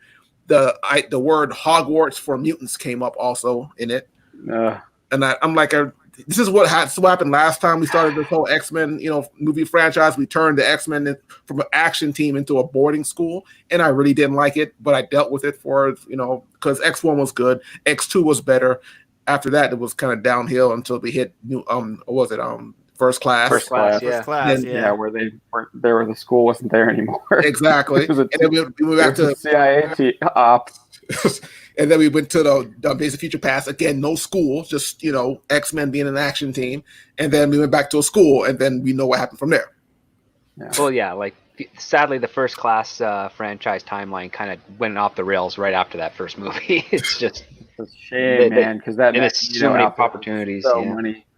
They also talked about, speaking of Magneto, they also talked about Magneto not being in the first couple of films, but coming in later on as an antagonist, but then again, movies later leading the X-Men against Dr. Doom. So we're talking 15 years down the line, in my opinion. So I won't be alive. That's interesting.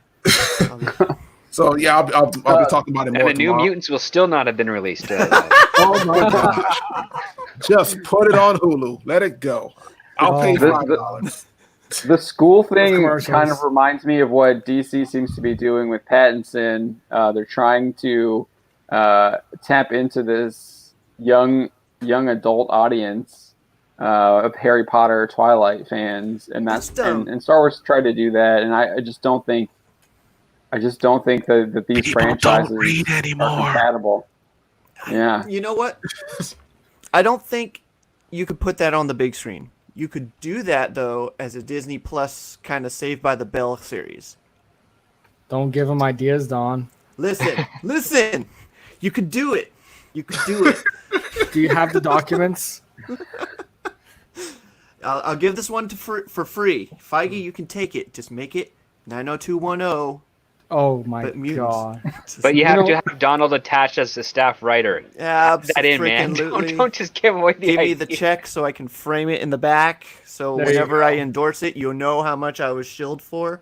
Just Just one more thing they did bring up, which again I'm not feeling. I think I've made a couple posted this on Twitter.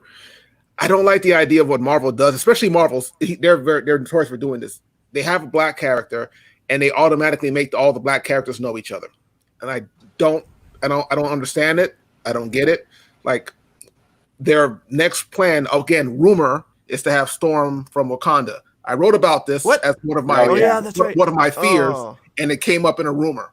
So I figured they would try to do this, and I think they are going to do this. But I'm trying to think of the in the MCU. Do they do that though? Because I don't think Falcon and War Machine know each other. Okay, check it out.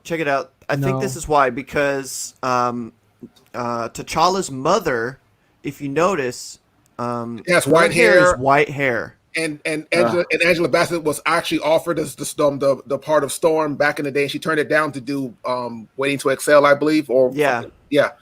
This is that kind of weird. I think that's a tap. I wrote about that's that. An Oedipus tap. That was in my article. I'm like, look at this. Like, her hair is stark white, and you're talking about an actress that was actually offered the role back in 2000 or 99 when they did the filming. And then T'Challa will be like, "Hey, you remind me of somebody. I don't know why." What about Nakia? They kind of played it up pretty hard. I mean, they're just gonna like, oh, it didn't work out. New girls in town. It's messed up. They'll recast. They did that with the Hulk. They sent him into space. That weird romance with Black Widow. That still didn't make sense. Like the Quinjets, they never talked about the Quinjets going into space, and all of a sudden they go into deep space. Like, come on, man! Somehow that he went through a portal and landed up on that planet. A portal somewhere in our solar system, within reach of a small orbit. It's somewhere in orbit or something. It has to be, because I don't see it making to the. I don't think it making to the moon. I don't think people quite understand how far the moon is away from the Earth. It's not that close. Yeah. Well, first I think there's a portal. The negative zone. Isn't there a portal at the end of our solar system? Because wasn't there something where I think it was in like one of the Thanos one of the recent Thanos comics by Lemire, when he goes to that graveyard or whatever. Mm-hmm. I thought they had to go through a portal to like get there, and it was like let them go to different places. I couldn't tell you. The Marvel Universe galaxy map is so not precise. I don't even know if the Shi'ar are in our galaxy or in a distant galaxy. I've seen both, and I don't think they're right to understand how big a galaxy actually is. It's not the size of a solar system. You know, it's huge. So multiple solar systems. It's multiple. It's not even the word. It's not even the word. God. It's not even the word. Hundreds of thousands. Yeah. Well, yeah. So that's still multiple. Jeez. Well, I think our galaxy is like 106,000 light years. It's pretty big. Yeah. That's like the diameter, I think. Yeah, it's pretty huge. So and we're medium size. I don't even know what Marvel's, the shape of their universe is. I just know who's from what planet, and I don't know where the planet is exactly or how long it takes to get there anymore. It's probably shaped like a donut. That would explain why everything's supposed to be far away but really close. Oh, so the further you get away, you're closer to your actual object. Yeah. There you go. Sounds like insanity. Well, it's Marvel, so it kind of fits the bill. Actually, it reminds me of Ragnarok. He was running around in circles. He kept running away and coming back. Yeah. The farther you are away, the closer you are to home. It's like, what the hell does that mean? I just wonder what they were smoking when they wrote that. Oh, so Mega Jetty here got a comment on the Hulk Black Widow relationship. He says, "I can buy the Black Widow Hulk dynamic. The Earth's Mightiest Heroes show and the Avengers one showed the Hulk is the only thing to make Black Widow feel fear. She's attracted to what scares her." Ooh, that's deep, bro. Mm-hmm. That was really deep. That probably explains some of the funny gifts I've seen between them that they made. Not only that, I mean, like the Hulk grows in size, so I guess that's messed up. Got that bonus too. Script, that's messed up, man. That's scary. Hulk likes to smash.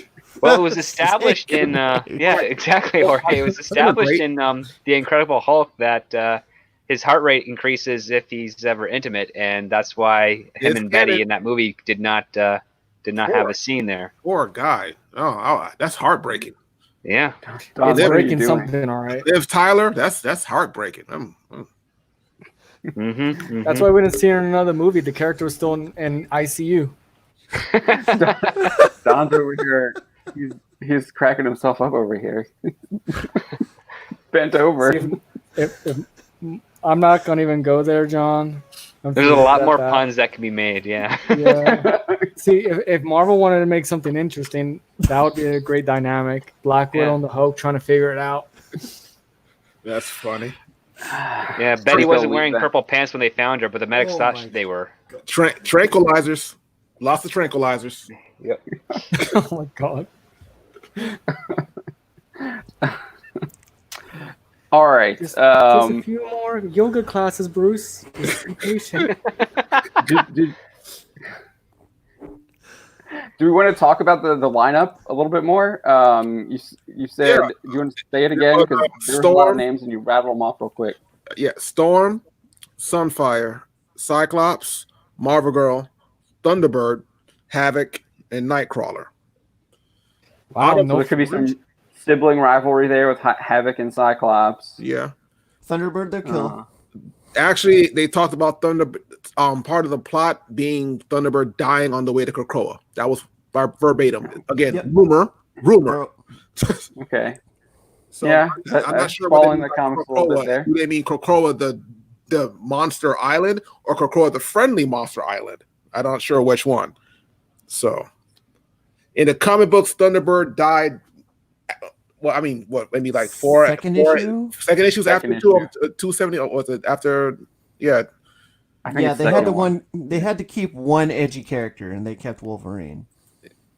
Yeah, it was kind of messed up how they did it. I mean, he was pretty mad up there, and they were begging him. I mean, there's nothing you can do about that. He wants to blow himself up, he blows himself up. Yeah. But either way, he didn't die on Krakoa. He helped save the X-Men from Krakoa. So that's again another deviation from the story. But if they're using the Krakoa that we know today, then that's a completely different take on what's happening in general.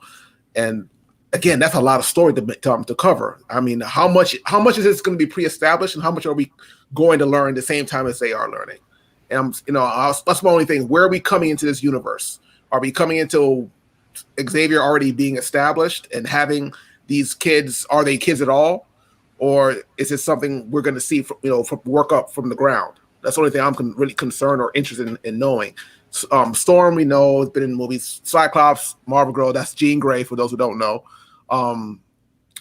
Havoc, Nightcrawler, even Thunderbird. We've seen him as well. It might have been Warpath, his little brother in Days of Future Past. I'm not sure, but they both use the name.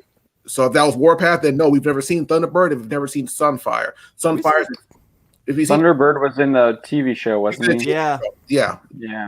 John, I think he was the only good part of that show, to be honest. Everything else was kind of weird. What was that show called? I mean, the Gifted. Yeah.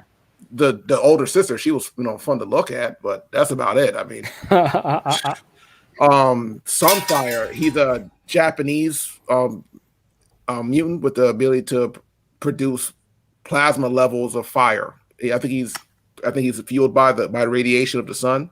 And project plasma streams. Yeah. It depends. And again, I don't know which version they were using. Are we using the one? Here's the thing.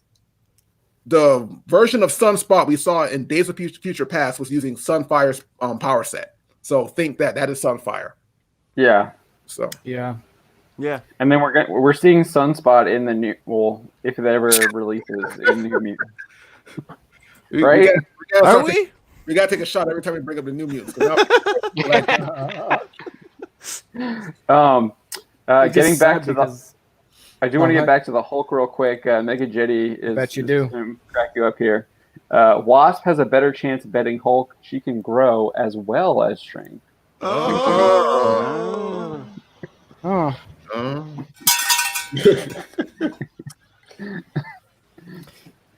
If any of our friends on the chat are certain kind of 34 artists, good luck. Oh God. May you culture the rest of the internet with your gift. So we're thinking that the team's going to get narrowed down to what, six members? It sounds like. What the rumors say, they're going to have the X-Men that are active on the team and X-Men that aren't, that are still learning it at the school. Again, more school stuff. So you'll have more mutants, X-Men and mutants visible in the movie, but those are the ones they're going to be concentrating on in terms of action, supposedly. Okay. You'll lose. I mean, that seems like a pretty core lineup. I mean, we've seen all of them like play big roles in the X-Men films in the past, which is interesting given the fact that we were just talking about Feige wanting to distance himself from Fox, so he's kind of keeping the same lineup. He's just adding in really Sunspot seems to be the only real. I mean, for the most part, maker. For the most part, Havoc a little bit. Yeah, for the most part, this is giant-sized X-Men. I mean, yeah. I mean, you're missing a couple like Banshee, and Havoc wasn't there anymore. He had left by now. Mm-hmm. Thunderbird again died, but this is basically giant-sized X-Men after. Again, Marvel Girl had left too, so we're missing Colossus. Wolverine. Yeah. But if you use Fox used Colossus like 4 times, and he doesn't want to touch him anymore. So we've seen 3 versions of Colossus. Yeah, it's just gonna be really interesting how they're gonna try to fit it all, and because they want to interconnect everything. I can't depending on what they do with Deadpool, how they're gonna do it. Yeah, I can't actually bring Deadpool in. That Colossus is there, I would think. They're the best version? part of that.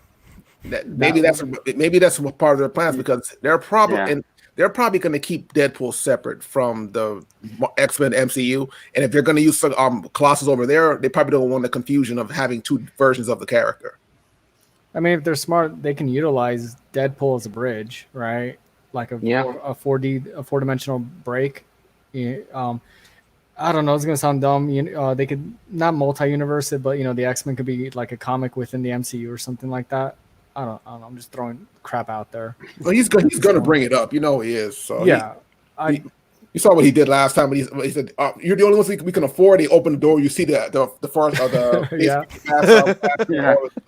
X-Men Apocalypse class, and behind the door, you see Kelsey Grammer close. Not Kelsey Grammer. What's his name? Nicholas. Whatever. Nicholas Hoult. Nicholas Hoult closing the door. Yeah. The worst beast. Yeah. They had enough money for that one shot. That was it. It was probably really expensive because those was the actual actors. Yeah.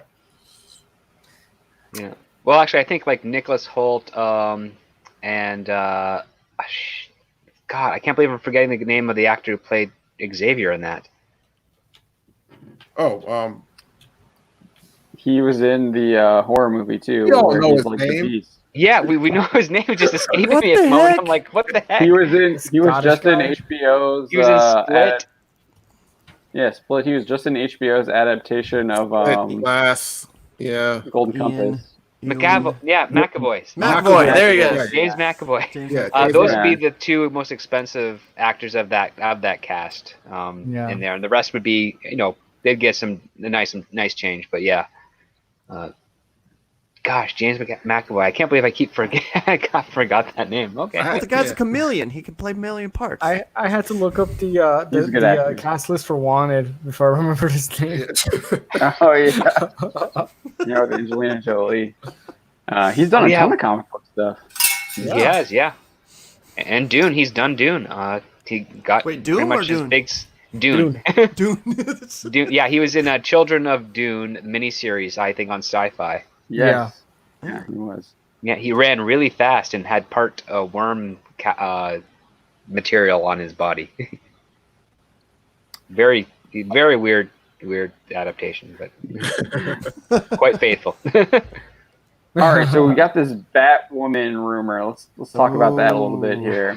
Yes. That's like a trash can. So this was actually. I was really interested about this. This was like Entertainment Weekly ran this, and it was based off of a Reddit post. What? Yeah. And yet we get crap. Isn't that funny? Yeah. So that is funny. I was like shocked. Entertainment Weekly is running Reddit leaks now. Dude, the moment I saw Conrad over at the same place that I was at, I knew that all of it's BS. I'm just saying. What do you mean? What do you say? I don't know what you're saying. What do you? Our boy over at MCU Cosmic. Yeah, but what are you talking about? Where was he at? I saw him at D23 sitting right next to me. Oh. He gets the same stuff that we get. Just it's the same treatment we get. All right, I'm going to just pull up the Entertainment Weekly article instead of ours. We have this on ours too. Stop pretending like you We'll just go to the source here. So this is their headline: Batwoman is replacing Ruby Rose's Kate Kane with a new character. Says Chancellor Agard. Wow, that's Chancellor actually Agard? That's a pen name, right? That's a pretty dope name. I don't know, but that's a pretty cool name for a fictional character. I'm changing my name. He changed his first name to a title. There won't. Yeah. There won't just be a new face under the cowl when Batwoman returns next year. There will be an entirely new character. EW has learned that Batwoman isn't simply going to recast Kate Kane, the role Ruby Rose left at the end of season 1. Instead, the CW drama is introducing a new character named Ryan Wilder to take up Batwoman's mantle. And where did Entertainment Weekly learn this information? According to a casting notice reposted on Reddit, which encourages LGBTQ performers to audition. Ryan Wilder is a female in her mid-late 20s and the complete opposite of Kate Kane. She's like she's likable, goofy, and untamed. Yeah, she's likable. I love how she's a complete opposite. For starters, she's likable. So because they're pulling it from Reddit, but it's EW, does that mean it's an exclusive? Yes, that's exactly how it works. It's not an exclusive. But this is really interesting. Dude, they have the access. They can go up to the showrunners and ask. I'm sure if they had some a baggie of white powder, they'll talk. Yeah, that's all they do. With no one in her life to keep her on track, Ryan spent years as a drug runner, dodging the GCPD and masking her pain with bad habits. Today, tapping into the reformed supply. and sober. What's that? She's tapping into her own supply. That's a no-no in the drug world. Yep. Ryan lives in a van with her plant. A girl who would steal milk from an alley cat and can also kill you with her bare hands. Ryan is the most dangerous type of fighter, highly skilled and wild. What?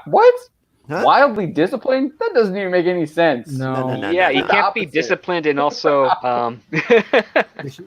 Did she learn her fighting from the underground lesbian fight club? I would like to join that. Lesbian, athletic, raw, passionate, fallible, and very much not your stereotypical all-American hero. That's so awesome. That is supposedly your new Batwoman. Looks like they're going to be creating a whole new character for this. And they gave the woman a boy's name. That's screenwriting 101 knows right there. Well, I guarantee it's going to be a transgendered person as Batwoman. Script, did you read like the a boy 2020 that became manual? a woman? That would make sense for her to be able to hold her own in a fight. See? There you go. Yeah. And a lesbian to boot makes perfect sense. Well, I mean, it just means that he's still straight. Or she's still straight. I can hear the cancel bells from the distance now. So she's reformed and sober, but she lives in a van with her plant. And then they said that she'll steal milk from an alley cat. I don't understand. If she's reformed, why would she be stealing milk from an alley cat? She must be newly reformed and now at the very bottom trying to work her way up.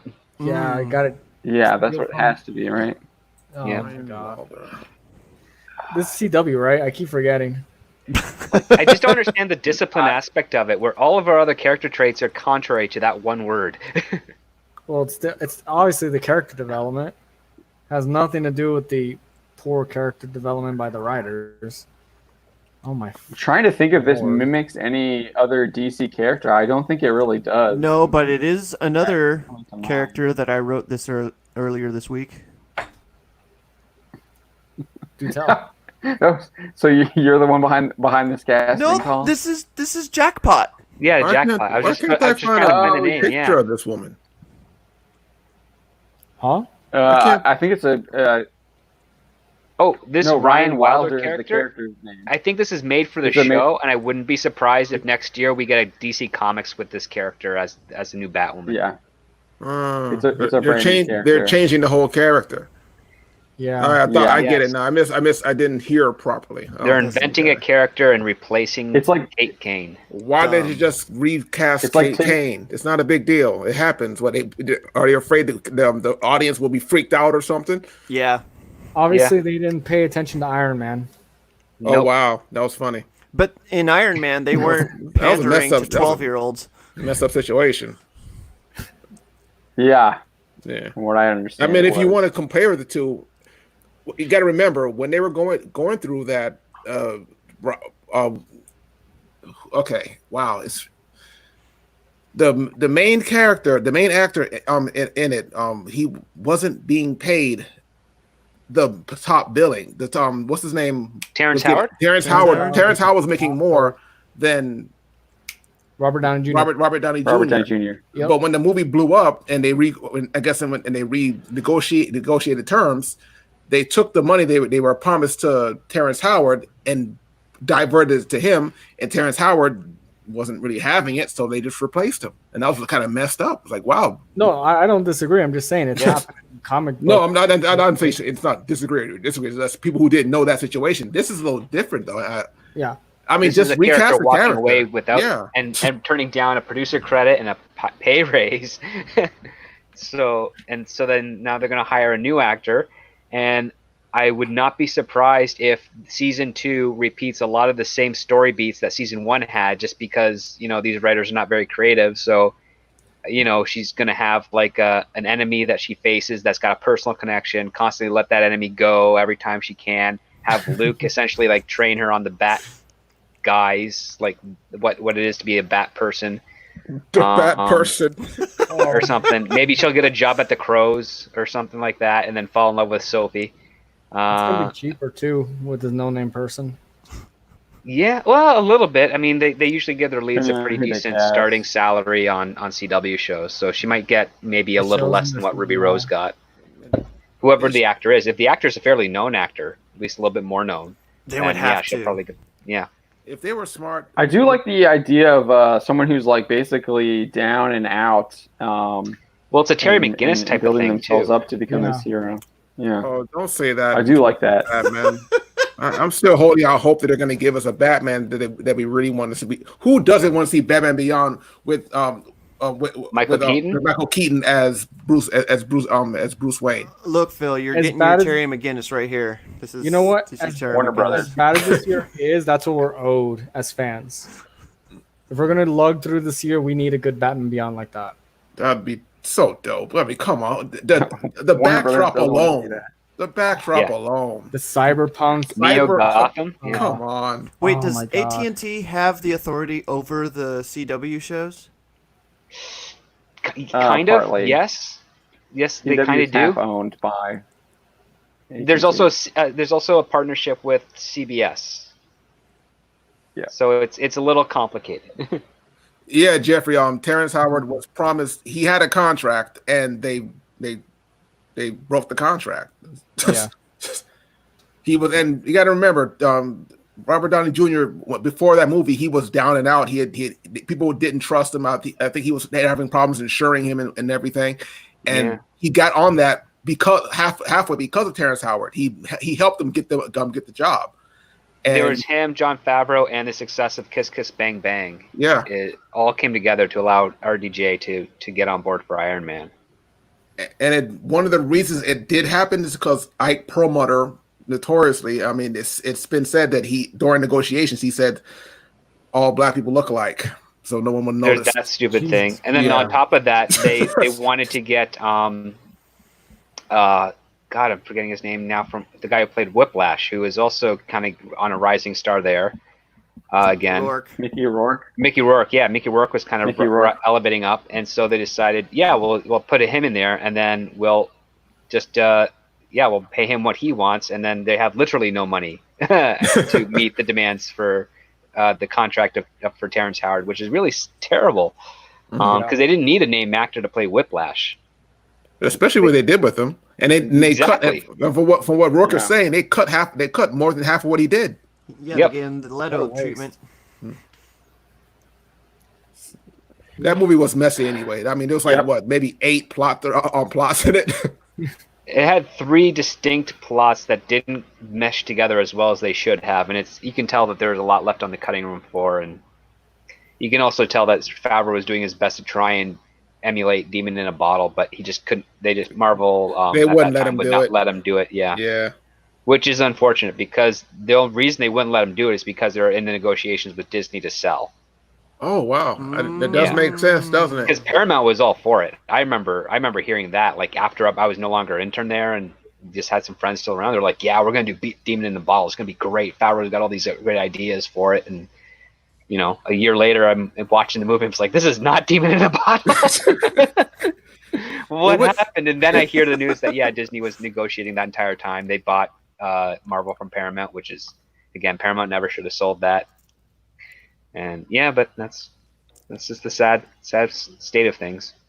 Yeah, you get this one here. Batwoman is it could get better, but man, I don't know. They did cast an actor who would play Batman, and they could bring him in season 2 to give it a boost, because that's what they kind of did with Supergirl season 2. They cast a guy for Superman and brought him in for an episode, and that saved that show from being tanked. Yeah. Hogan. Wait, they have a guy playing Batman now in Batwoman? Hogan. They hired an actor who was in the show Alphas, and this actor was used, I think, in one episode for the last one to pose as Bruce Wayne. So if he's Bruce Wayne, So he's Bruce Wayne, he would be Batman, yeah. So I heard, I haven't watched it, but I heard that they pretty much cuck Superman. Yeah. Supergirl. Yeah, I watched that episode. It was horrible. You think they're going to do the same with Batman? I don't think they can. No, I don't believe it. I don't think they can. The way you said it, though, of course they are. Of course they will. I don't think haven't they already? She steals his armor. It's a woman. Yeah. Wait, didn't she kill Conroy? Yeah. Yeah, she killed Kevin Conroy, and Kevin Conroy was done wrong, but I know exactly why he wanted to do that type of role, because it's the type of Batman role he'd never be able to do in any other. Was he playing Bruce Wayne? He's playing Bruce Wayne in the exosuit who killed Superman. That's Kingdom Come. Kingdom Come-ish, yeah. If they want to do this right, they want to revamp and keep her as Kate Kane, recast the actress, and put her up against the Court of Owls and have her get thrashed for an entire season and grow from that. Let her grow from that. Yeah, that'd actually be really cool, to be honest with you. She hangs out in her van. That'd be fun to watch. Just make her completely out of her depth and have to grow slowly.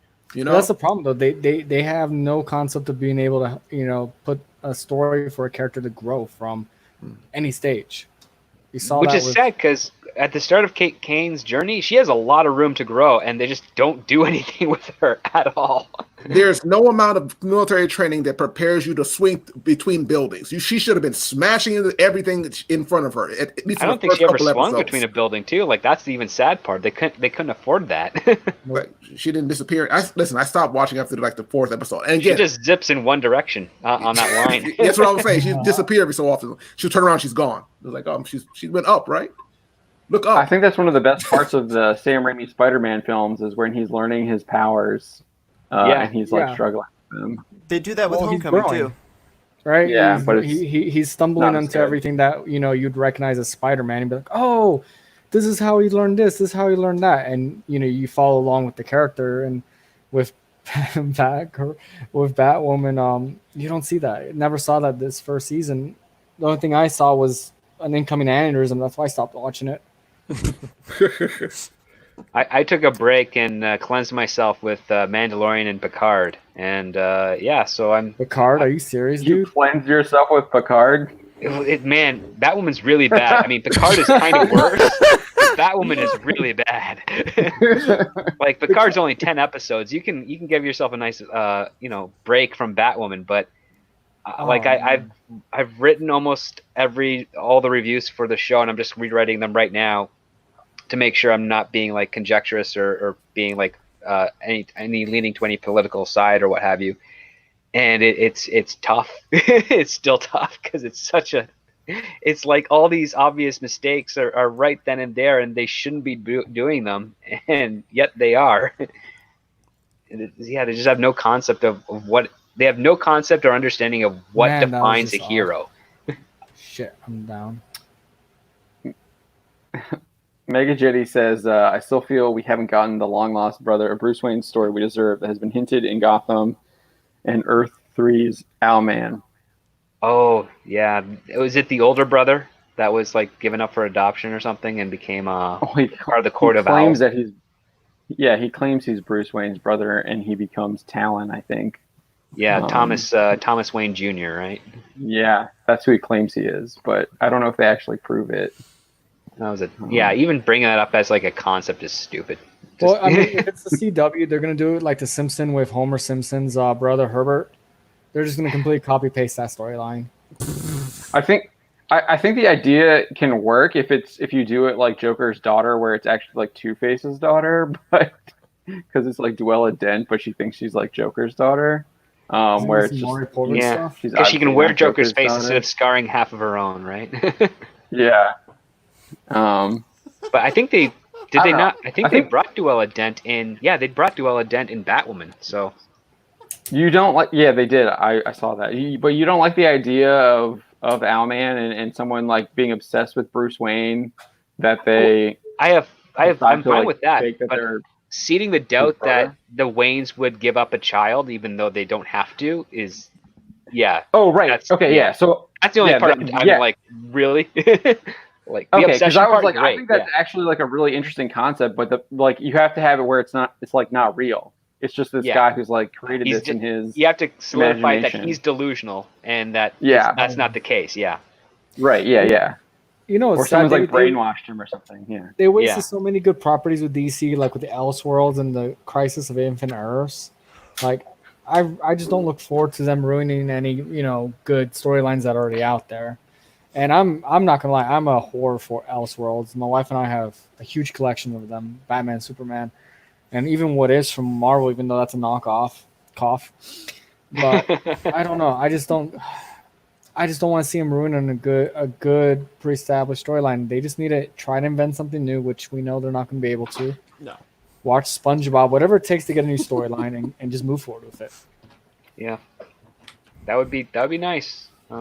That'd be nice. I mean, there's rumor going around that Ben Affleck's The Batman might be turned into a miniseries on HBO Max. I don't know. We're gonna have that. We're gonna have that up on Batman in the Comics tomorrow. Like one of my buddies was telling me that that'd be a cool thing, but Affleck still has to maintain sobriety. Like that's where it all comes down to, right? And he's had a tough time holding on to that, and everybody's kind of wishing him well that he can stay on the wagon. So. If he can do that, then why not? Give it a shot. Sure. Where's the harm, right? But it's disappointing because he was such. I don't know. I thought he, for the little bit of time he was Batman, I thought he was really good. Yeah, I really enjoyed it a lot. I didn't have a problem with him as Batman. I thought it was pretty good. Other than it wasn't him. He made a good Batman. Stuff Batman was doing was a little weird, but he made a good Batman. Yeah. Dude, that Arkham scene though, or that Arkham style. Freaking the Arkham style rescuing of Martha Kent. Yeah, not bad. You mean when he was smashing people's faces through the floor? Dude, that was awesome. That was badass. Yeah, but they're kind of dead. Yeah, I didn't like the fact that they were dead. I mean, I like the cool close combat stuff, like with the knife fight. That was pretty cool. Keaton blew up a clown. Like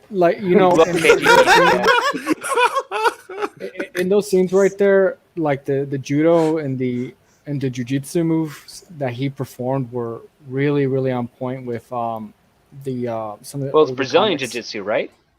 No, some of it is actually pre-judo jiu-jitsu, and then a lot of judo, very similar to what you see in John Wick. John Wick uses a lot more Brazilian jiu-jitsu in his movies.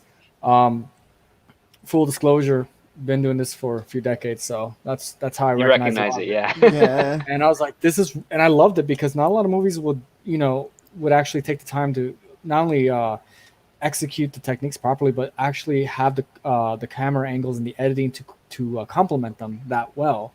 So seeing that scene, I was blown away. It was one of the best, for me at least, it was one of the best scenes of Batman ever in movies. What made that scene even better is the fact that Batman gets stabbed in the shoulder, and he just pushes through it and just takes out the rest that he can. Well, yeah, because in the comics he gets the crap beat out of him. Like he comes back often. Alfred's having to patch him up like a medic. Well, I love this. I love the scenes in the comics when they show him without his shirt, and you can see the scar tissue all across his body. Yeah, it's like a history. Yeah, right? I don't like the newer ones where he's always buff and he's perfect. Like, no, you should be scarred up and scar tissued all over the place. Amen. Well, I mean, he can get plastic surgery to remove that. So. Plus, the pickle is unharmed. Yeah, there was that comic book, wasn't there? What was it? It's canon. What was the third Nolan movie? The Dark Knight, right? Dark Knight Rises. Yeah. I think they took it too far, in my view. With no cartilage. Yeah, that was a little too much. Yeah. But in the comics, where you can literally see this, it's like the story of his crime fighting career, right? Where he was stabbed, he's been shot, burned, he's been burned, shouldered, issues with his left shoulder because it's been dislocated from falls. Even the using the grappling hook the wrong way because sudden movement, human error. Oh yeah, tear your shoulder out. Yeah. Yeah. Mm-hmm.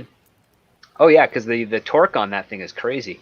Exactly, and it's those type of details that not only for like fans like us who are like a little anal with those type of details would appreciate, but even people who are not as knowledgeable, they will see that and they're like, that's really freaking cool, right? Because it's important and it's part of the character.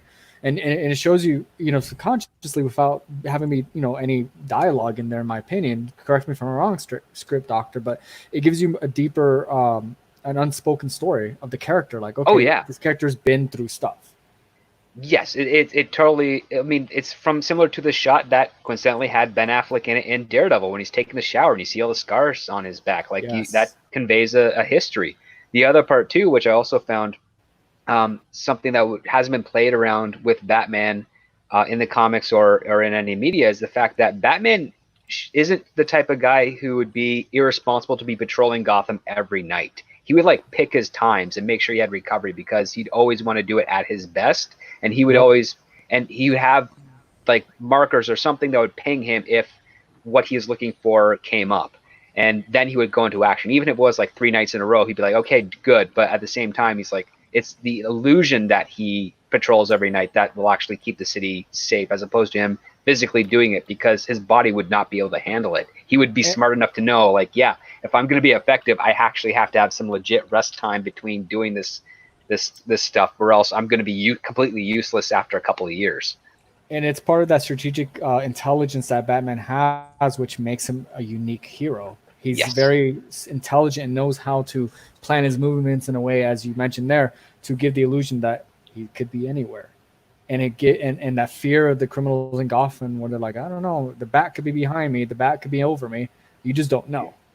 And because that one time he was, and that story spread like wildfire throughout the criminal underground. That's surgical. Oh man, we got to write a Batman story. I have a couple. I actually have a couple, but I don't waste a whole lot of time writing adaptations or interpretations of other characters because those ones are harder to sell. I try to focus more on the original stuff. If I do get the opportunity to pitch, it's like I've got one ready, man. That'd be awesome to read. But seriously, I mean, I don't know. And it's just like with Black Panther when we were talking about earlier. They have these amazing properties that are very rich in detail that they just took their time to allow it to mature and marinate and come out naturally would be out of this world. Instead, they end up with flat notes here and there in the story, and it hurts the character. About the Black Panther, what I didn't like they didn't include was the fact that he's very much like Batman in that he's a master of 8 different martial arts. They don't talk about his training or his schooling. fact that he was schooled in America. And he's a brilliant scientist as well, too, right? They mentioned that briefly. They don't mention it. They just kind of allude to it because they said he designed the first Black Panther suit that he wore in Civil War. That was his design. So they allude to it, but they don't really go too far into it. I was Black Panther T'Challa's a genius level. He's like maybe the 5th smartest person on Earth in the Marvel Universe comic books. Yeah, he can hold his own with Reed Richards. Yeah. I know that. And they've worked together on projects in the comics too. Many times. They're the reason they survived Secret Wars. They built those rafts together that got them into the next reality. Do we got to go into that? That was really, really hard to keep track of. No, but I don't know. John, put it this way: Secret Wars was written by Hickman. Yeah. So it gets deep. It gets unnecessarily deep. It's Hickman style. All right, we are coming up on midnight. Do we want to talk about Matrix, or was there any other topics you wanted to discuss? By the brothers turned sisters. Yeah. We got the Matrix. We got Smite. Is there anything that's tickling anyone's fancy right now? What's happening with the Matrix? So Lily Wachowski did an interview with the Hollywood Reporter about coming back to Hollywood after 6 years. Wait, after Lily 6 or... years hiatus. I thought it was long. Technically, they were working on Sense8 in between, weren't they? It was Lily, but no. Yeah, that was a weird show. I think. No, they never left though. They were working on that Netflix show, and I thought they were producing some other stuff in the background. Yeah, I thought they were still producing talks about leaving. I tried to watch it. It says X. I got 30 minutes into the first episode. I got lost. I was like, okay, this isn't. I don't think this is for me. Not a bad show, but it's one of those you gotta kind of have to. It takes time to get into. But is it Lily, John, or was it the other one? Yeah, it's Lily. It's okay. Lily. She thought that they wrote They Live instead. The truth is they wrote The Matrix. Okay, no one got that. No. You know the movie They Live? Went over my head. I'm sorry. Oh. No, it's all right. No, They Live. They Live is a anti-capitalist movie. I remember that. Liberal movie from John Carpenter. For him, that was like his answer to Reaganomics. So Lily made John left. Lily made the comment that The Matrix was like an anti-capitalist movie. I'm like, no, that was They Live. Thank you, right? Dude, the comments are savage though. Savage. It's just like all this virtue signaling that all these studios are making. Yeah. Like 5 or 6 days after the fact. It's like, okay, you're just jumping on the bandwagon, guys. But like all this stuff about, oh yeah, it wasn't made for capitalism. I don't remember Why'd you put it in the theaters, fools? Yeah, capitalism really helps that movie. Yeah. Well, don't get me wrong. The Matrix films had a lot of very interesting philosophical questions in there. I mean, you basically had a telling of Plato's cave allegory, as well as some others, especially I think Kant as well. I'm not very, very well versed on philosophy, but so correct me, please do so. So they did that, right? But anti-capitalism, that's kind of a hard stretch because I saw a lot of other philosophical themes in that movie, not so much anything pointed towards capitalism, more pointed towards not consumerism, but well, there's some technocracy. There you go. Yeah. The Matrix gave us the red pill, baby. Well, it gave us the idea of questioning established reality, right? What the established truths are, and for life of me, I can't remember this. An old philosopher wrote about it a few centuries ago, but that's a lot of it was a French person. That was a lot of the Matrix right there. You're unplugging from the established narrative. You're unplugging from what people want you to believe. And now it seems that Lily is kind of pivoting what everyone pretty much knows what the Matrix is about, even what she's mentioned in the past, to say now it's anti-capitalist. So I'm just thinking that maybe they're just, signaling to set up the movie. I really hope they don't go and twist this around. Just make the movie. Don't worry about standing on your soapbox. Come on. So Lily's not doing Matrix 4. Oh. It's Lana who's doing Matrix 4. So my candles worked. Excellent. So why is Lily running her mouth? Dude, we don't want Lily. We want Andrew. Don is going to get us in trouble. I can hear the pitchforks and the torches outside my home. Thank you, Don. The cancel bell. I'm having issues sharing the screen, so I'll just read it. Oh, you can? Yeah, we can see it. Yeah. Okay. Well, it's not showing up on my end, but okay. All right. Well, but yeah. So she did an interview with the Hollywood Reporter.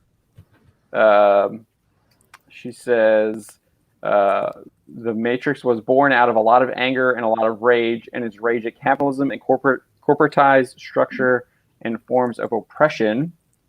Wachowski then detailed the bubbling, seething rage within me was about my own oppression, that I was forcing myself to remain in the closet. So I think Jorge talked. Yeah, how I got removed again. Sorry, I don't know. It keeps kicking me out. I don't know why. That's weird. Well, how many tabs do you have? My tabs are reduced to none. I do have 20. 2. Yeah, it's okay. John was so one of my what I found was really interesting is that it kind of contradicted what Lana said in this interview that they did instead of a director's commentary for the box collection, and I'm dropped again.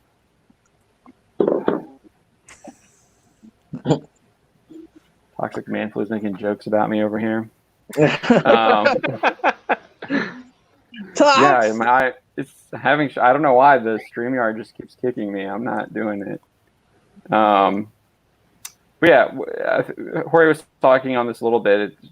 Lily's recent statements contradicted what Lana was saying when they did their. It was I think it was a box set collection. Instead of doing a normal director's commentary, they did this interview with Ken Wilber. And Lana said, you make a work of art and you want to be provocative. You want people to dialogue about it. You don't want them to rely on somebody to tell them what it is. The whole nature of the movie is exactly that. It seems hypocritical for us to go out and tell everybody what it is supposed to be about or what you are supposed to think. And even if I was to do it or Andy was to do it in the gentlest of terms and try to contextualize it as what it means to us, it's because by the very nature of us being the creators of it, it becomes a law. It becomes the interpretation, and anyone else's interpretation is just some crazy individual that really doesn't get it. I don't want to devalue anyone's opinion of it. I think that is one of the reasons why art is a worthwhile experience. So it seems like they're just throwing that out with the bathwater, and now it was born out of my anger and rage. And that rage is at capitalism and corporatized structure and forms of oppression. So how much money did they make off that movie? Yeah. As the last song of the first movie, right?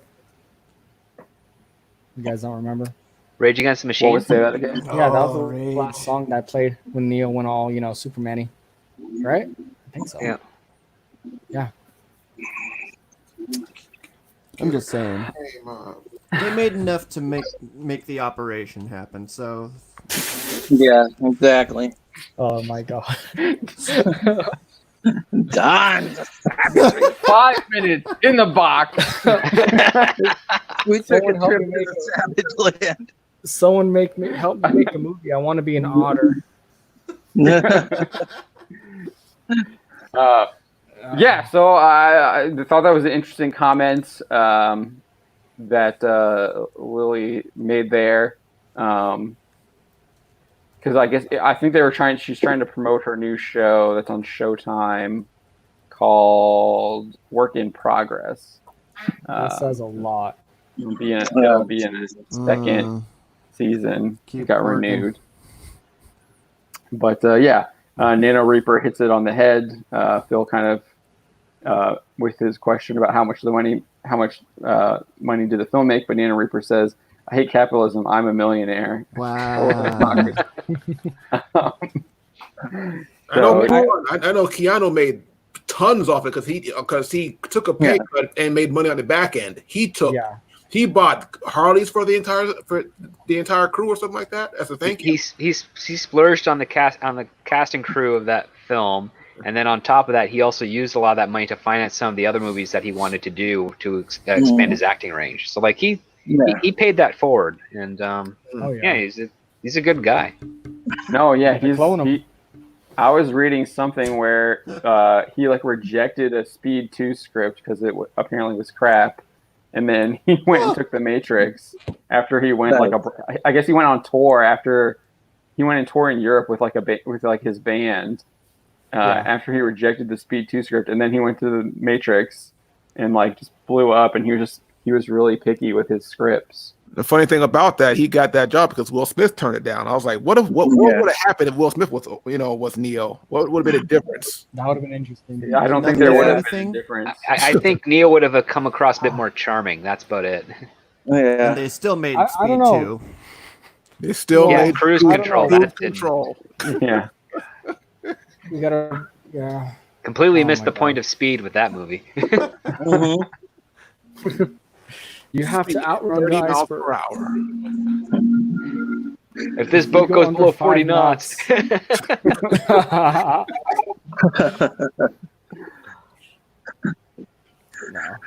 Was William Dafoe in that movie, or was it a lookalike? I can't remember. Who? I don't think I ever saw it. The second one. He had brown hair. He had dark brown hair. Remember black hair? Remember that? All right, I think we're going to wrap it up if we don't have any further comments about The Matrix.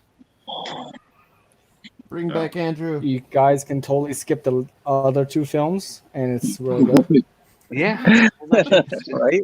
Just sit back and enjoy the first one. That's all you need. Yeah. Bring back Andrew. I think it's on. It was on Netflix. I'm not sure if it still is now. I think it was on. I saw it the other day. The sequels were on there for sure. I didn't. The first one, it is. I saw it today. It's still on there. It's still on there. Okay. Yeah. So if you don't have it, if you don't own it already, I would suggest you purchase it. Purchase it, and then you can also stream it on Netflix as well. All right. So thank you all for joining us. We do this every night at 9 p.m., 10 p.m. Or not every night. Sorry. Wow. Why? Every Wednesday night at 9 to 9 p.m. Am I not invited the other night? Every Wednesday night. Oh, let me correct myself there. So we're going to go around the horn. We'll start with Don. All right. You can see me getting knocked down by a bunch of Hollywood industry people over on Twitter. You can also catch my videos here on Bounding Into Comics YouTube page, as well as my own YouTube page. I've got a Rumors and Speculation coming up on Friday, and then I do my Monday morning Mutant Mumbling Pod live stream around 10:45. Yep. Pacific. And that's you just search Dollfied. Yeah. Mm-hmm. Don always tries to trick you. He says Dollified. There's only one eye, though. There's only one eye. Yeah, it's Dollfied. Yeah. Alrighty. Yeah, make sure you check out. We just uploaded his Spider-Gwen video, so make sure you check that out. That's on our channel. Good video.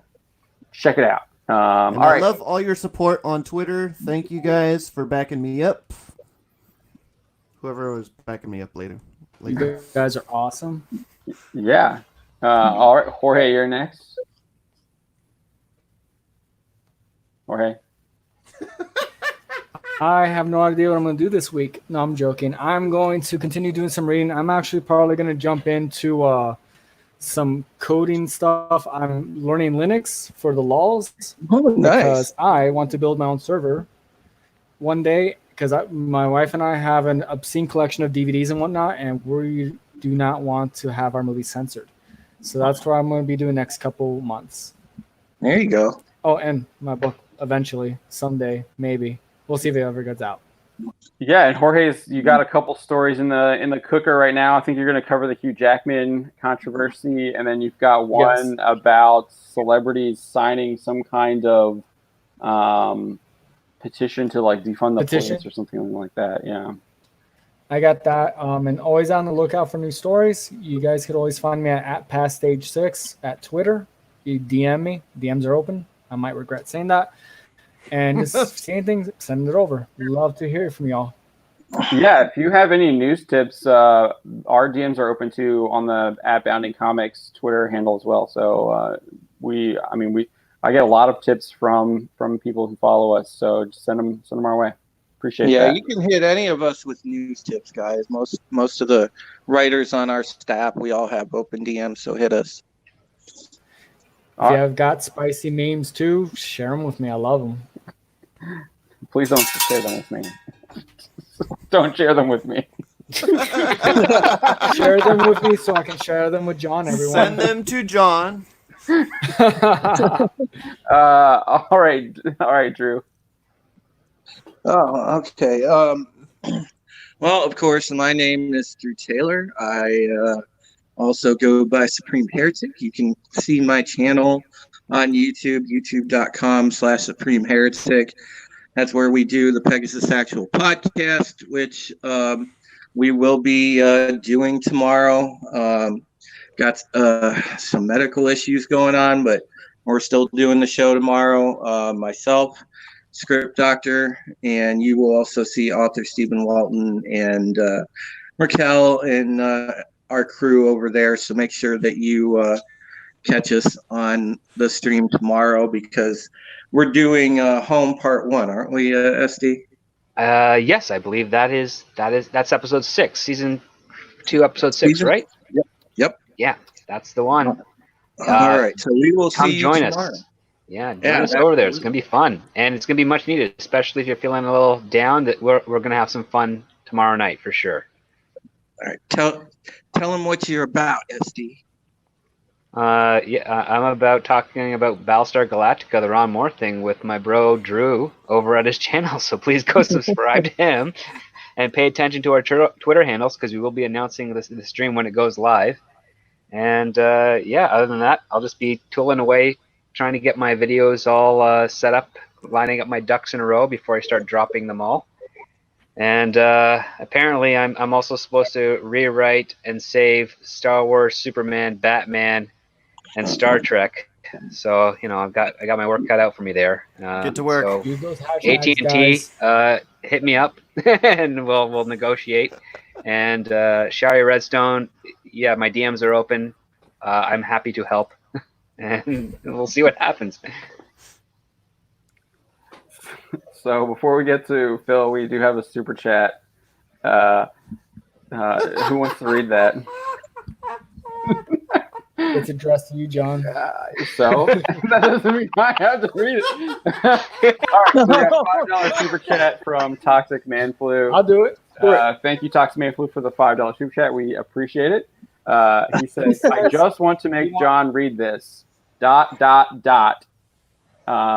I can't read. What does it say next? Queen Kong.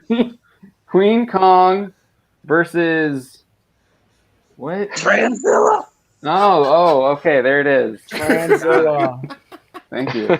I was having trouble reading it. I think the light got in my eye or something here. I pulled the same joke from my high school graduation when the teacher had to introduce us. We got to write our own introductions, so I made my teacher say some funny things that were very PG, but still really funny. Nice. All right, Phil. You can find my stuff on Not Bounding the Comics.